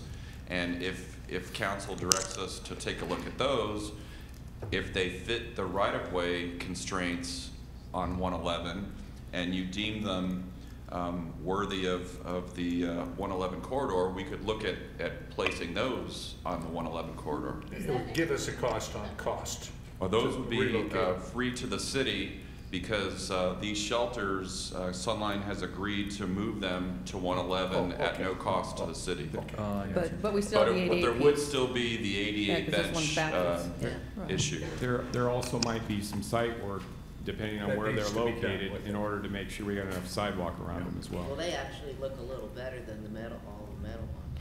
Is this one that we're seeing right here, is that 82? Is that Stop 82? Is that Stop 82 active? Because I know it was inactive for a while. Yeah, these are not active. The 4 that Tim's going to rifle through are no longer active. Okay, my question is 82 active? Yeah, all of those on 111 are active, right? Well, no, 82 wasn't at one point in time. No, 82 is active. It is active, okay. Yeah, I say we take all these inactives and put it back on the bench. I do Yeah, too, I would and then agree. just put the Yeah, right I mean, bench if they're in. not- If they're inactive, let's move them where we need to and definitely go. Put 'em where we need them. But I gotta say, I mean, $110,000 for a shelter like that is ludicrous. I got construction companies that can build that for $40,000 every day. So, I mean, really, you guys, I mean, that's half a house we're spending, or we're proposed to spend on a shelter. No plumbing. Well, This council at some point approved that design, Well, guys. it is a cast-in-place concrete design as the ones that are out there. So we thought, okay, maybe we would save money if we did them in masonry block. It wasn't a significant discount even doing it that way. It's the construction costs are, you know, they're high. I agree on this type of a structure for whatever reason. Yeah, I do a wood frame, but it's mind-boggling that half a house can be spent on a bus shelter like this. When I pressed the structural engineer on the cost, he said that it's due to a lot of hand labor, and it's all custom. You have to specifically construct forms just for this design. You can't buy an off-the-shelf Would we be Quinta signature. paying prevailing wage also? Does that include prevailing wage? You know, Walmart does not pay prevailing wage. I wouldn't think so. No, so, you know, the $145,000 one wasn't paying prevailing wage. Yeah. We gotta start cutting costs somewhere. You got your direction. Okay, so I think the direction that we got was that we have, how many, I know? Well, that we have 6 shelters that do not have the signature bus shelter on them now, or 6 stops. I think the direction is to try to find homes initially for the 4 inactive shelters. Right. If those work from a right-of-way standpoint, we'll come back to you. If there's some minor modifications for sidewalk, et cetera, that project will come before you at the next meeting for funding for the concrete work, et cetera. For the remaining 2, or perhaps a few more, if the right-of-way constraints don't work, then the next option is to ask Sunline to add those to their Phase 5 bus stop improvement program, which would install the Sunline bus shelter design, and then we'll ask for a little bit of money to cover the ADA compliance of the back benches. Good. And Sunline just finished, what, 70? Yeah, we did 70, and so we're in the throes of continuing on with the bus stop shelters throughout the valley. Okay, all right, thank you. Okay, that takes care of the study session. We'll move on to reports and informational items. Linda? No meetings to report. Okay, Christie? Yes. The next CVET meeting is in La Quinta, and we're working on a location. Right, Edie? Yeah, that meeting's in 2 weeks. CVET meeting? Okay. Do we have a location yet? Well, I've been working with Wanda on it, so I need to get in touch with her about where we want to make that work. At one time, we talked about out here, but I don't think that's going to work. No. So we'll find you a place. Okay. They like some lead time to notify all those folks. Yeah, they're gonna need that. Yeah. The iHub in Palm Springs now has 20 companies as of our last meeting. And they presented something that kind of took me aback at our last meeting, and it's a joint venture, shall we say, with the Desert Sun to publish a magazine called Thrive. And they wanted money from us, and the first edition came out in April, which makes it a little hard to go before council and make that decision. It's a $7,500 total annual investment for advertising in this magazine. And Councilmember Evans had a good question, which I thought was very interesting. And you asked about Vision, the magazine Vision, and how does this compete with that, and why are we is this really necessary and whatever. And I don't think you really got a complete answer on that, quite frankly, but, so this is something that perhaps we can agendize and talk about. I guess it would have to come out of our marketing budget or maybe during budget talks or whatever. One of the members on the board said that this was such short notice for any municipality to gather funds to want to be part of this effort. Oh, yeah, for business too. Yeah, We just- got that on a Wednesday. Right. They called me the following Monday and said, okay, are you ready to do it as a board member? I said, well, I need to take it. I have groups as well. All right, well, you have till Friday. No, you can't give me a week to decide on this. And yeah, I So- can't imagine the city doing that in a week. No, and I felt like the way they were talking about it, especially the guy from the Desert Sun, that it was just being thrust upon us without much of an explanation. And why wouldn't you want to do this? I mean, this is the greatest thing since sliced bread. Well, I disagreed with them. Does our advertising team receive this? We were gonna bring that item to you at next year's budget for our marketing to talk to you about that, because we have some of the same questions. And we have our budget already allocated for this year, so we had I mean, planned it's on not- adding it this fiscal year. Okay, it's only 7,000, so it's not a big number per se. No, but it would be part of your. When it's your 7,000. Well, I mean, we just spent $720,000. I mean, this is only $7,000. That was for the city, that was for the city of Quinta. Right, and this is, well, I'm not sure, I don't have a warm and fuzzy feeling about what our return on investment would be, quite frankly. I mean, that's just the way it struck me, so. I actually like it. that's a good question. You did like it? Now that I've explored more, because the other Okay. hat said, yes, let's do it. You've got the dual track. The vision is a once-a-year economic driver with the forecast piece that really is a showcase. This is the proactive, collective effort of CVEP to do attraction of business and industry into the community for people outside as well as inside. And it's yet another marketing tool that brings the entire entity together with the valley as a region. Give it some time, but I think that it's definitely got some possibilities. But then again, we look at where else are our marketing dollars going? Right. Between chamber, CVB, I mean, different things like that, and where do we reallocate with what we're doing with the website, the digital, that sort of stuff. So I think there's some real opportunities that we could utilize that as an economic development tool to a certain degree and get the best bang for our buck. I would certainly think we could find $7,000 if they thought it was something to do sooner than next year in July or August. I mean, again, it's rather than. I would like to see a staff report on this. I just didn't. Yeah, there you go. It didn't. Again, yeah, and the other thing about that is too is that we've been supportive of CVAP, but it seems like every other time they're asking for a little bit more and a little bit more, which is not totally unexpected, but I think, are also going to have an ask, if I'm not mistaken, Frank, from the county with respect to some sort of economic development on the east side.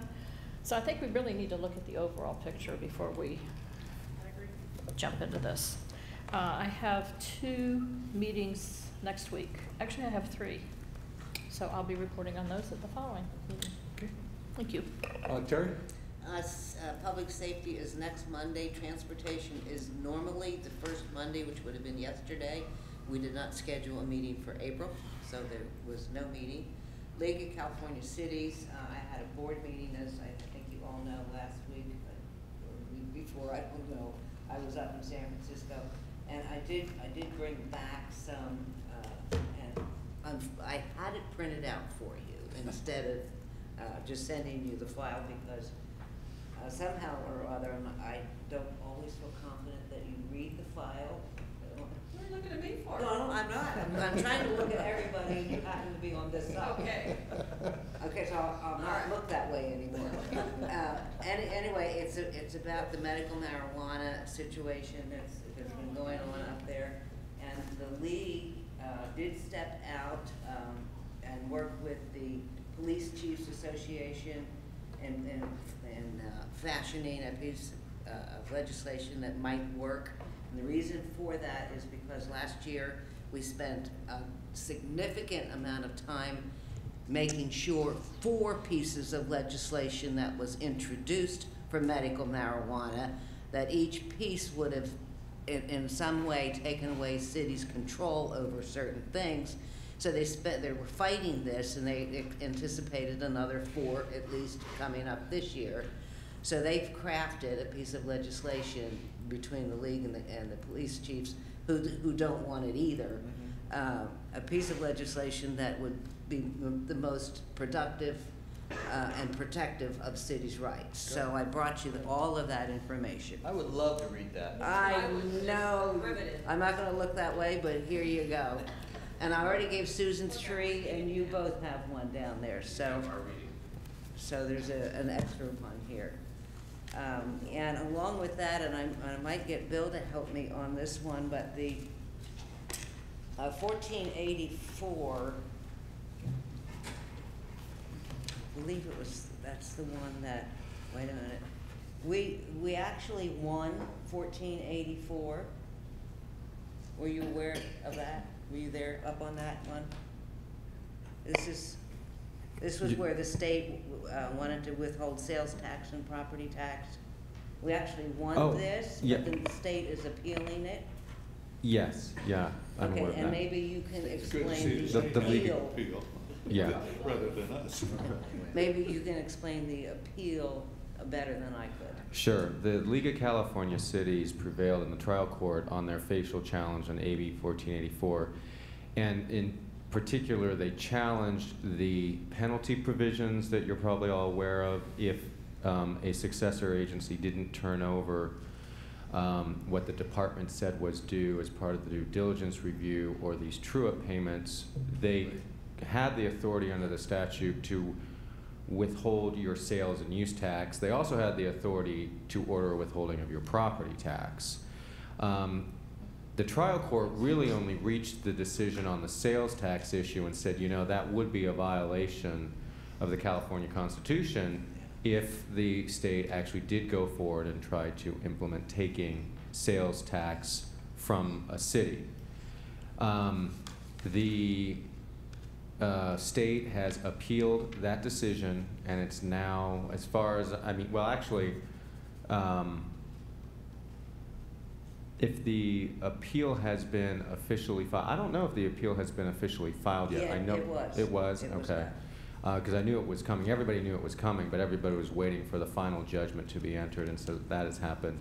So now, the appeal will be in front of the Intermediate Court of Appeal in Sacramento, and I have a case there right now. I know some other folks have cases in that Court of Appeal. It does not move quickly. So that decision will probably be in the appellate court for at least a year. I read Judge Kenny's opinion, thought it was very well reasoned. The bottom line, what he did was read the Constitution, which said that local taxes that are designated for a local purpose can't be shifted around by the legislature and to balance their budget. And there's also another provision in the Constitution that says sales tax can't be moved, or property tax can't be moved around to fund other taxing entities. And, you know, it was pretty much just a straight reading of the statute, not buying the state's argument that this was in fact just it wasn't a moving around of sales tax, it was just meant to be as a last resort penalty type provision, but the judge wasn't buying that. He said the Constitution doesn't differentiate between what your reasoning for having such a shift of sales tax or property taxes are. That doesn't matter according to what the Constitution says. Yeah, we didn't have that judge before us. Yes. Well, let's see how it goes through the appeal process, too. Yeah. So all of this stuff is ongoing, and one of the other items that we discussed up there was this SB 7, which we've always had some information on tonight, so I won't go into that one. There was a lot of discussion over voter threshold again, and there still remains a lot of support, and you know, this is one of those where you're torn. Certainly, I support lowering the threshold for us to be able to pass taxes with a lower count of voters. I don't want to pull anything over on anybody, but, you know, why we have to have 2/3 for everything, I don't know. But at the same time, I don't trust the legislature in giving us a 55% threshold without taking something.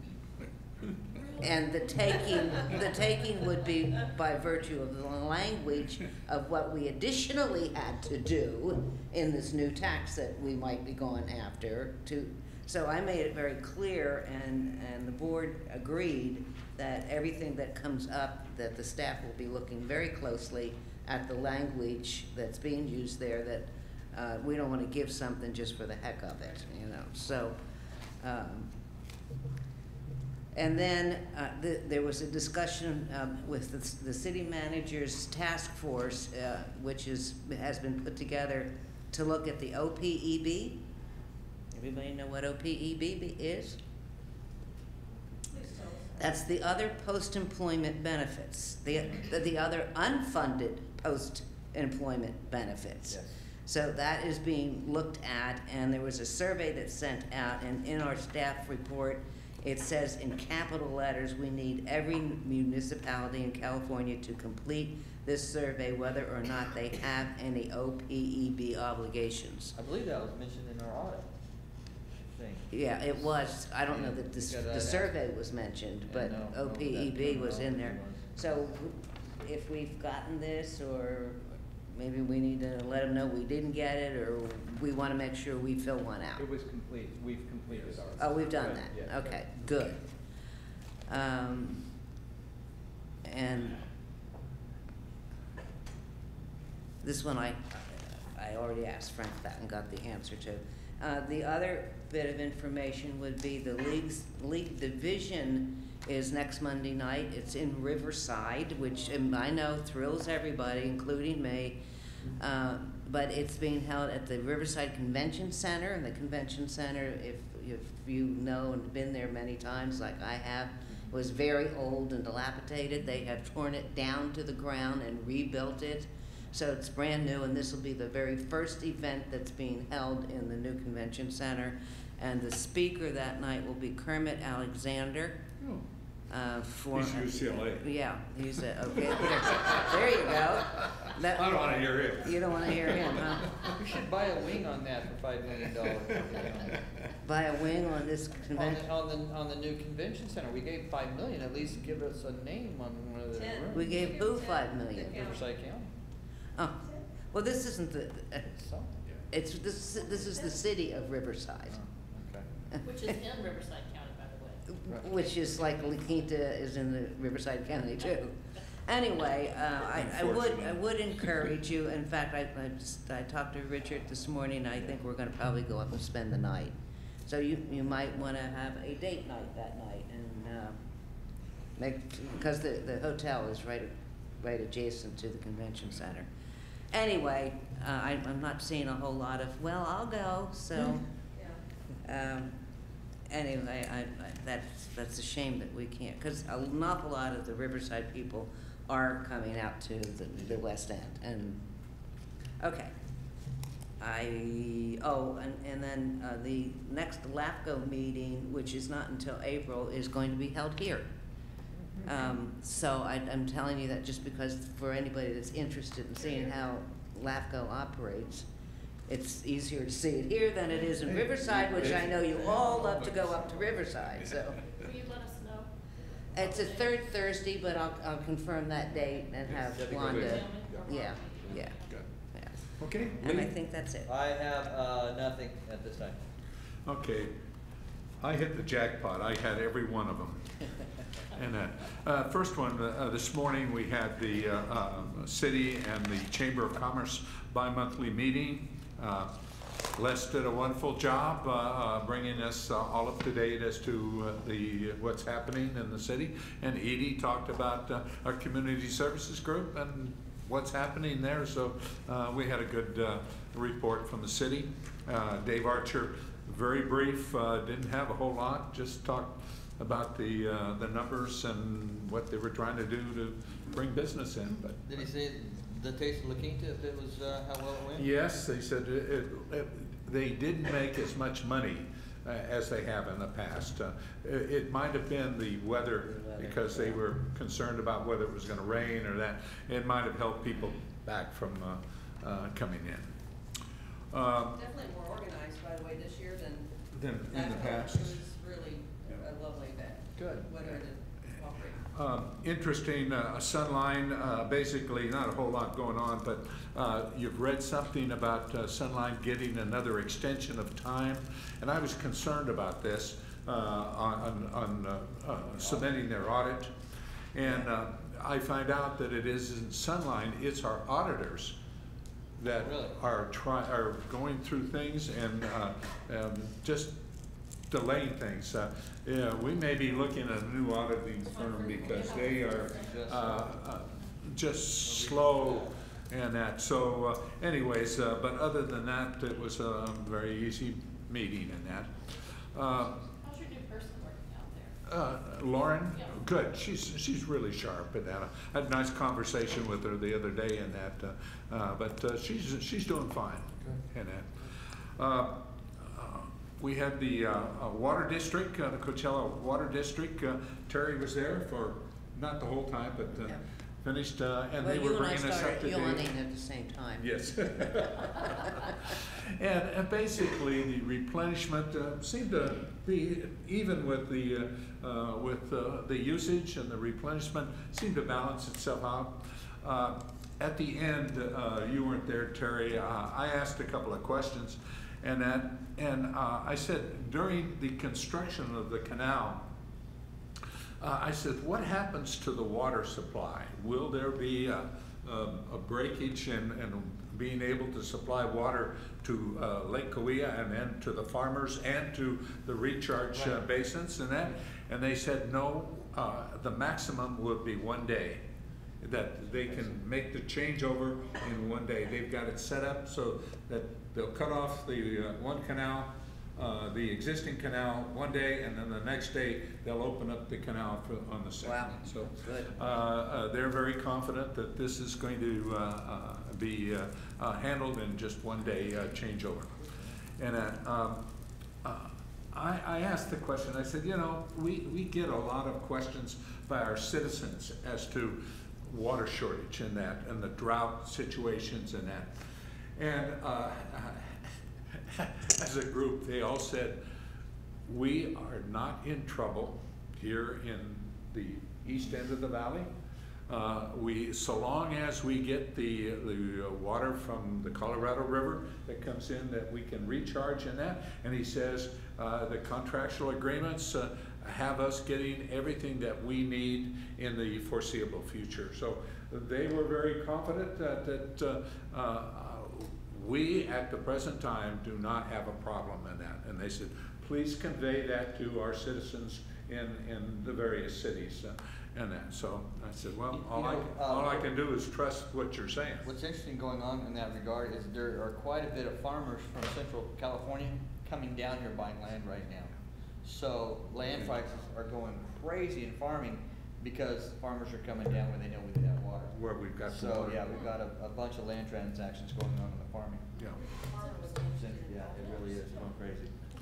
Day ground used to be almost 15,000, it's up to 30,000 an acre. Okay, the executive board of CVAG and that, interesting, we're dealing with the plastic bags and that. I found it very interesting because one night on the news commentator, he said that the CVAG executive board approved the state's ordinance, and that's not right.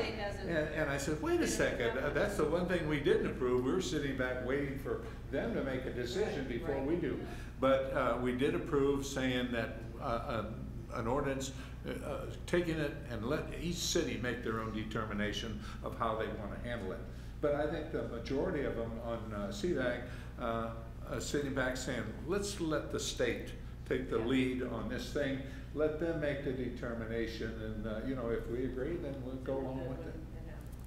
But I found it interesting with the news commentators saying, "Oh, we're going along with the the ordinance, and I thought, wait a second, we didn't approve anything like that. Don, the Desert Sun reported on a meeting that I was at yesterday, but I must not have been in the room when the reporter was there, because nothing that happened while I was there, so I never left the room. Right. Also, CVAG, we submit a signal synchronization project, and we're asking for the whole valley to be Highway 111, to have signals synchronized so that you can move through the valley on 111 a little more easier than what it is now. That's been going, what, for 10 years? Yeah. At least. Yeah, a long time. We had this approve a draft, the Coachella Valley PEV readiness plan and that's the plug-in for the electric cars and things like that. And I said, well, you know, what is this going to cost? And they couldn't answer, but Steve Punier of Palm Springs said that, you know, they've got 25 or 30 of them charging stations, and they run about 5,000 each. And I said, you know, it's something that we ought to know if we're going to put in a bunch of these recharge stations. Of course, where we're going to put them at places, but you know, what's it going to cost us to do this thing? So, anyways, it was interesting that the people that are pushing this couldn't tell us what the cost was, but yeah, and I don't Springs could. Right. What he said at the transportation meeting was it depends. It's almost like having a sewer line connected to Yes. your house. Mm-hmm. So the cost will be different for each one. Yeah, but he says theirs was 5,000, so that gives you a little benchmark as to what you're talking about. And now it could be more than that, but or at least it give you a rough idea. I said, what is it, $1,000, 5,000, 10,000? But the reality is, we may not have to spend a dime on it. Yeah. It's if developers at shopping centers want to have charge stations so that people go there to shop, but with most of the vehicles in the Coachella Valley, it's not a battery drain or power drain, so to speak, because you can get from one end of the valley to the next on a daily basis and just plug in at home, you know, like you do your phone when you get home, and the next day you're ready to go again. That we wouldn't even be required, or there really wouldn't be a demand to spend that money, because if you're going to have your car sit there for a few hours, because the supercharge stations are a lot more expensive, the power chargers, but I can't anticipate someone's going to come down here and park their car for a few hours until they rev up the battery to get going again. So, yeah. Something like during shopping or something, that would work. The malls, yeah, shopping centers can do it. And the last issue is these mobile food facilities. Still couldn't get a breakdown as to how they're going to take the taxes. They said, well, you know, if you get a credit card, we have that on paper. I said, what if they pay cash? Silence. You couldn't answer. How are you going to handle that?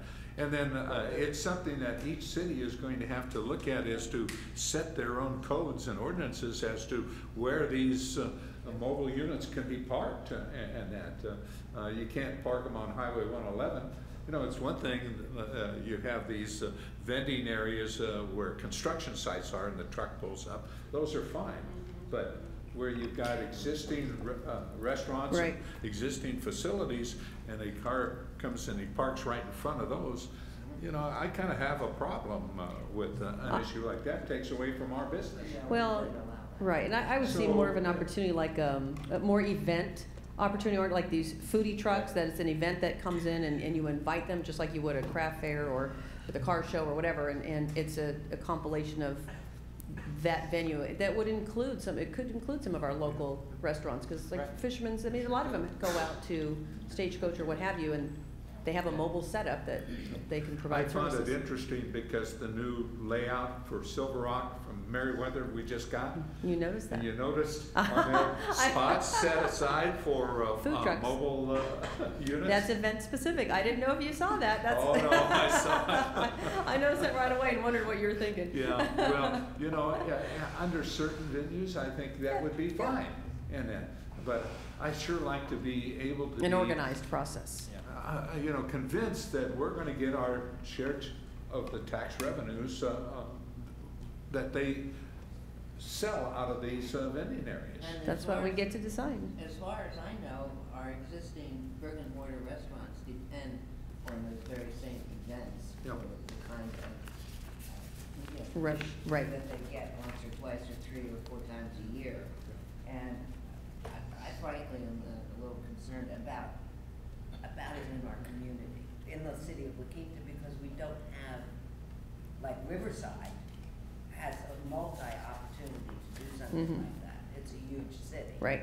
We're confined as to where we would allow it is, 3 steps away from a restaurant, and I won't do that. Right, well, and I think that's the beauty of it, being able to come to us and us making that decision on, Yeah. and how do we utilize that as a promotion, enhancement to other businesses without a detraction, and an economic development. Places Yeah. for it that Sure. we can bring it here without, like you said, we don't wanna park one right in front of a restaurant. No. I'd be against that as well, but there's other opportunities. plenty of ordinances In on the it. parks or some other. Right. Yeah. Yeah. Well, first but- of all, they have to, it's a business for them. Yeah. And they have to be successful.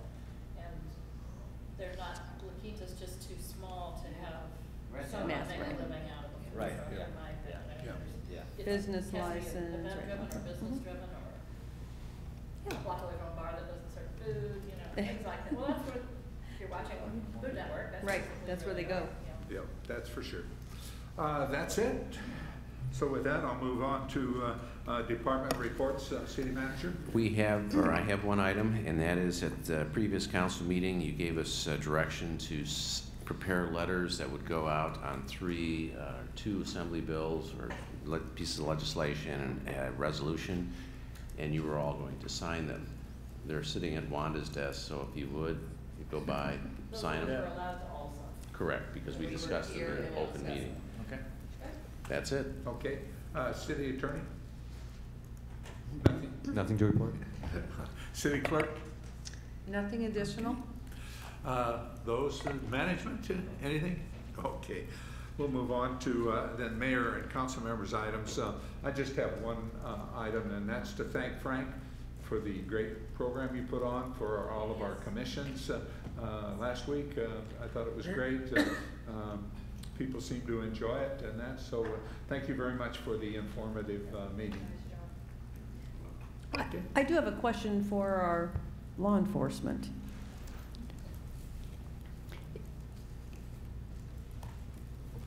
Don't want you to feel left out. So, because we haven't heard of any significant or interesting incidents, it seems, well, there seems to have been an increase in a lot of siren activity up in Washington in the last week and a half or so, and I don't know if that's La Quinta specific or we're providing mutual aid outside the limits. And if there's something you can't talk about, that's fine, but it just seemed like there's been a lot of siren. Maybe, weather's been good, windows been open, and we're hearing more at odd hours. Right, and I think in combination too with some of the activity that we've been engaged in within the Cove, where we're arresting people, we have resources that come in to help, helicopters, things like that. So you're going to hear that. Okay. And obviously, we do border at the very northern end with Palm Desert Indian Wells, so those guys could be doing some stuff if you're talking about down toward the 111 corridor. But yes, quite a bit of activity has been happening because the weather's been nice. We do have a lot of different programs and law enforcement programs that we're conducting to try to answer some of the concerns our citizens are having in the Cove, as an example. So we have some officers that are going out specific for increased patrol. Okay. And so they're generating activity, and so that's part of what you might be hearing in addition to what was normally the base service. Sure, okay. So I don't know if that answers it, but we're definitely being responsive. Very good. Well, that's the important part. Yeah, I've heard some complaints about speeding tickets, but Right, yes, it is well, what it is for some yes. folks. Just to be community minded, that's safety. A warning every now and then isn't a bad thing. Right. I have a question I'm sure you can't answer. Okay. The incident at the roundabout, did it have anything to do with the roundabout? I'm sorry? The incident at the roundabout with the shooting? Yes. Was it because somebody was mad that there was a roundabout there? No, it wasn't directed at the roundabout. I think it was. Well, It was an there's issue some of. folks up there that are pretty mad about that roundabout. Right. No. There was no indication that they were upset about the roadway designs of La Quinta. They were more upset with the other occupants of the other vehicle in the area that's and stuff. So. Did you get out on that accident at, what was it, Dune Palms and 111, where one car was on top of the other car? How did it happen? Right. Well, the dynamics of force, for sure. It's amazing what metal will do, and dynamics of force, as you know, as an engineer and architect, and things that come into play when vehicles hit. I've seen cars pirouette through the air before, and it's amazing just the force that we take for granted when we're operating a car. Yeah, I could see it if it bounced off or hit a ramp and flipped over, but I couldn't see anything there that would cause one car to be on top of the other. Well, and since we're on this discussion, I mean, I'm saddened to announce that, and it will be in the news tonight, that we did have a fatality vehicle collision today. Oh, wow. So these things do happen, and we try to mitigate them and get to them as quick as possible in the sirens. But that was jaywalking. Well, it's still under investigation, but certainly the person that was struck, the pedestrian, was outside the crosswalk and was well away from the signal lighted intersection at the time he was struck. Trying to run across the highway. The traffic moves too fast. Especially like an arterial, such as that. That's a pretty good roadway with a lot of traffic. And Where was this? it was at Fred Waring and Palm Royale. Oh, wow. Reminds me, that's now a Tim thing. So because of the Arts Festival and tennis, are we ceasing some of the down to one lane on Fred Ware? Are there parts that we can do that temporarily for the activities and the events? Or we'll just need additional police support from our fine crew? We've been working with Thank you, Lieutenant Chief. Walton's group to really watch that traffic, because there is a lot of speeding that was occurring along there, and so but know that the road's torn out, half the road's gone. There's no way to add anything now. We're into the project, or the county is anyway. So. Okay. Officer Mike, what's his name?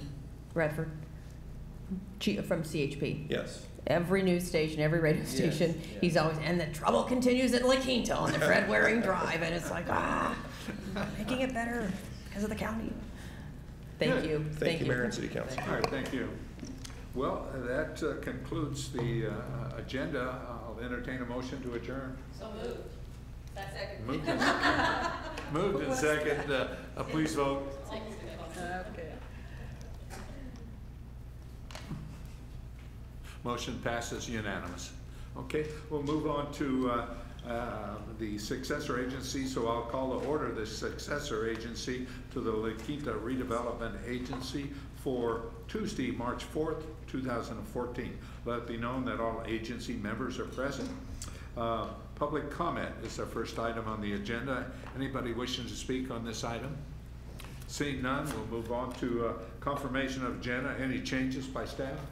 No. By agency members? No. Okay. No presentations, no communications, written communications. I'll ask for approval of minutes of February 18th. So moved. Second. Moved and second. Please vote. Motion passes unanimously. There's nothing else, so I'll ask for an adjournment. I'll second that. Moved and second. Please vote. We had this meeting to approve. Motion approved unanimously. All right. Okay, that's it. Thank you.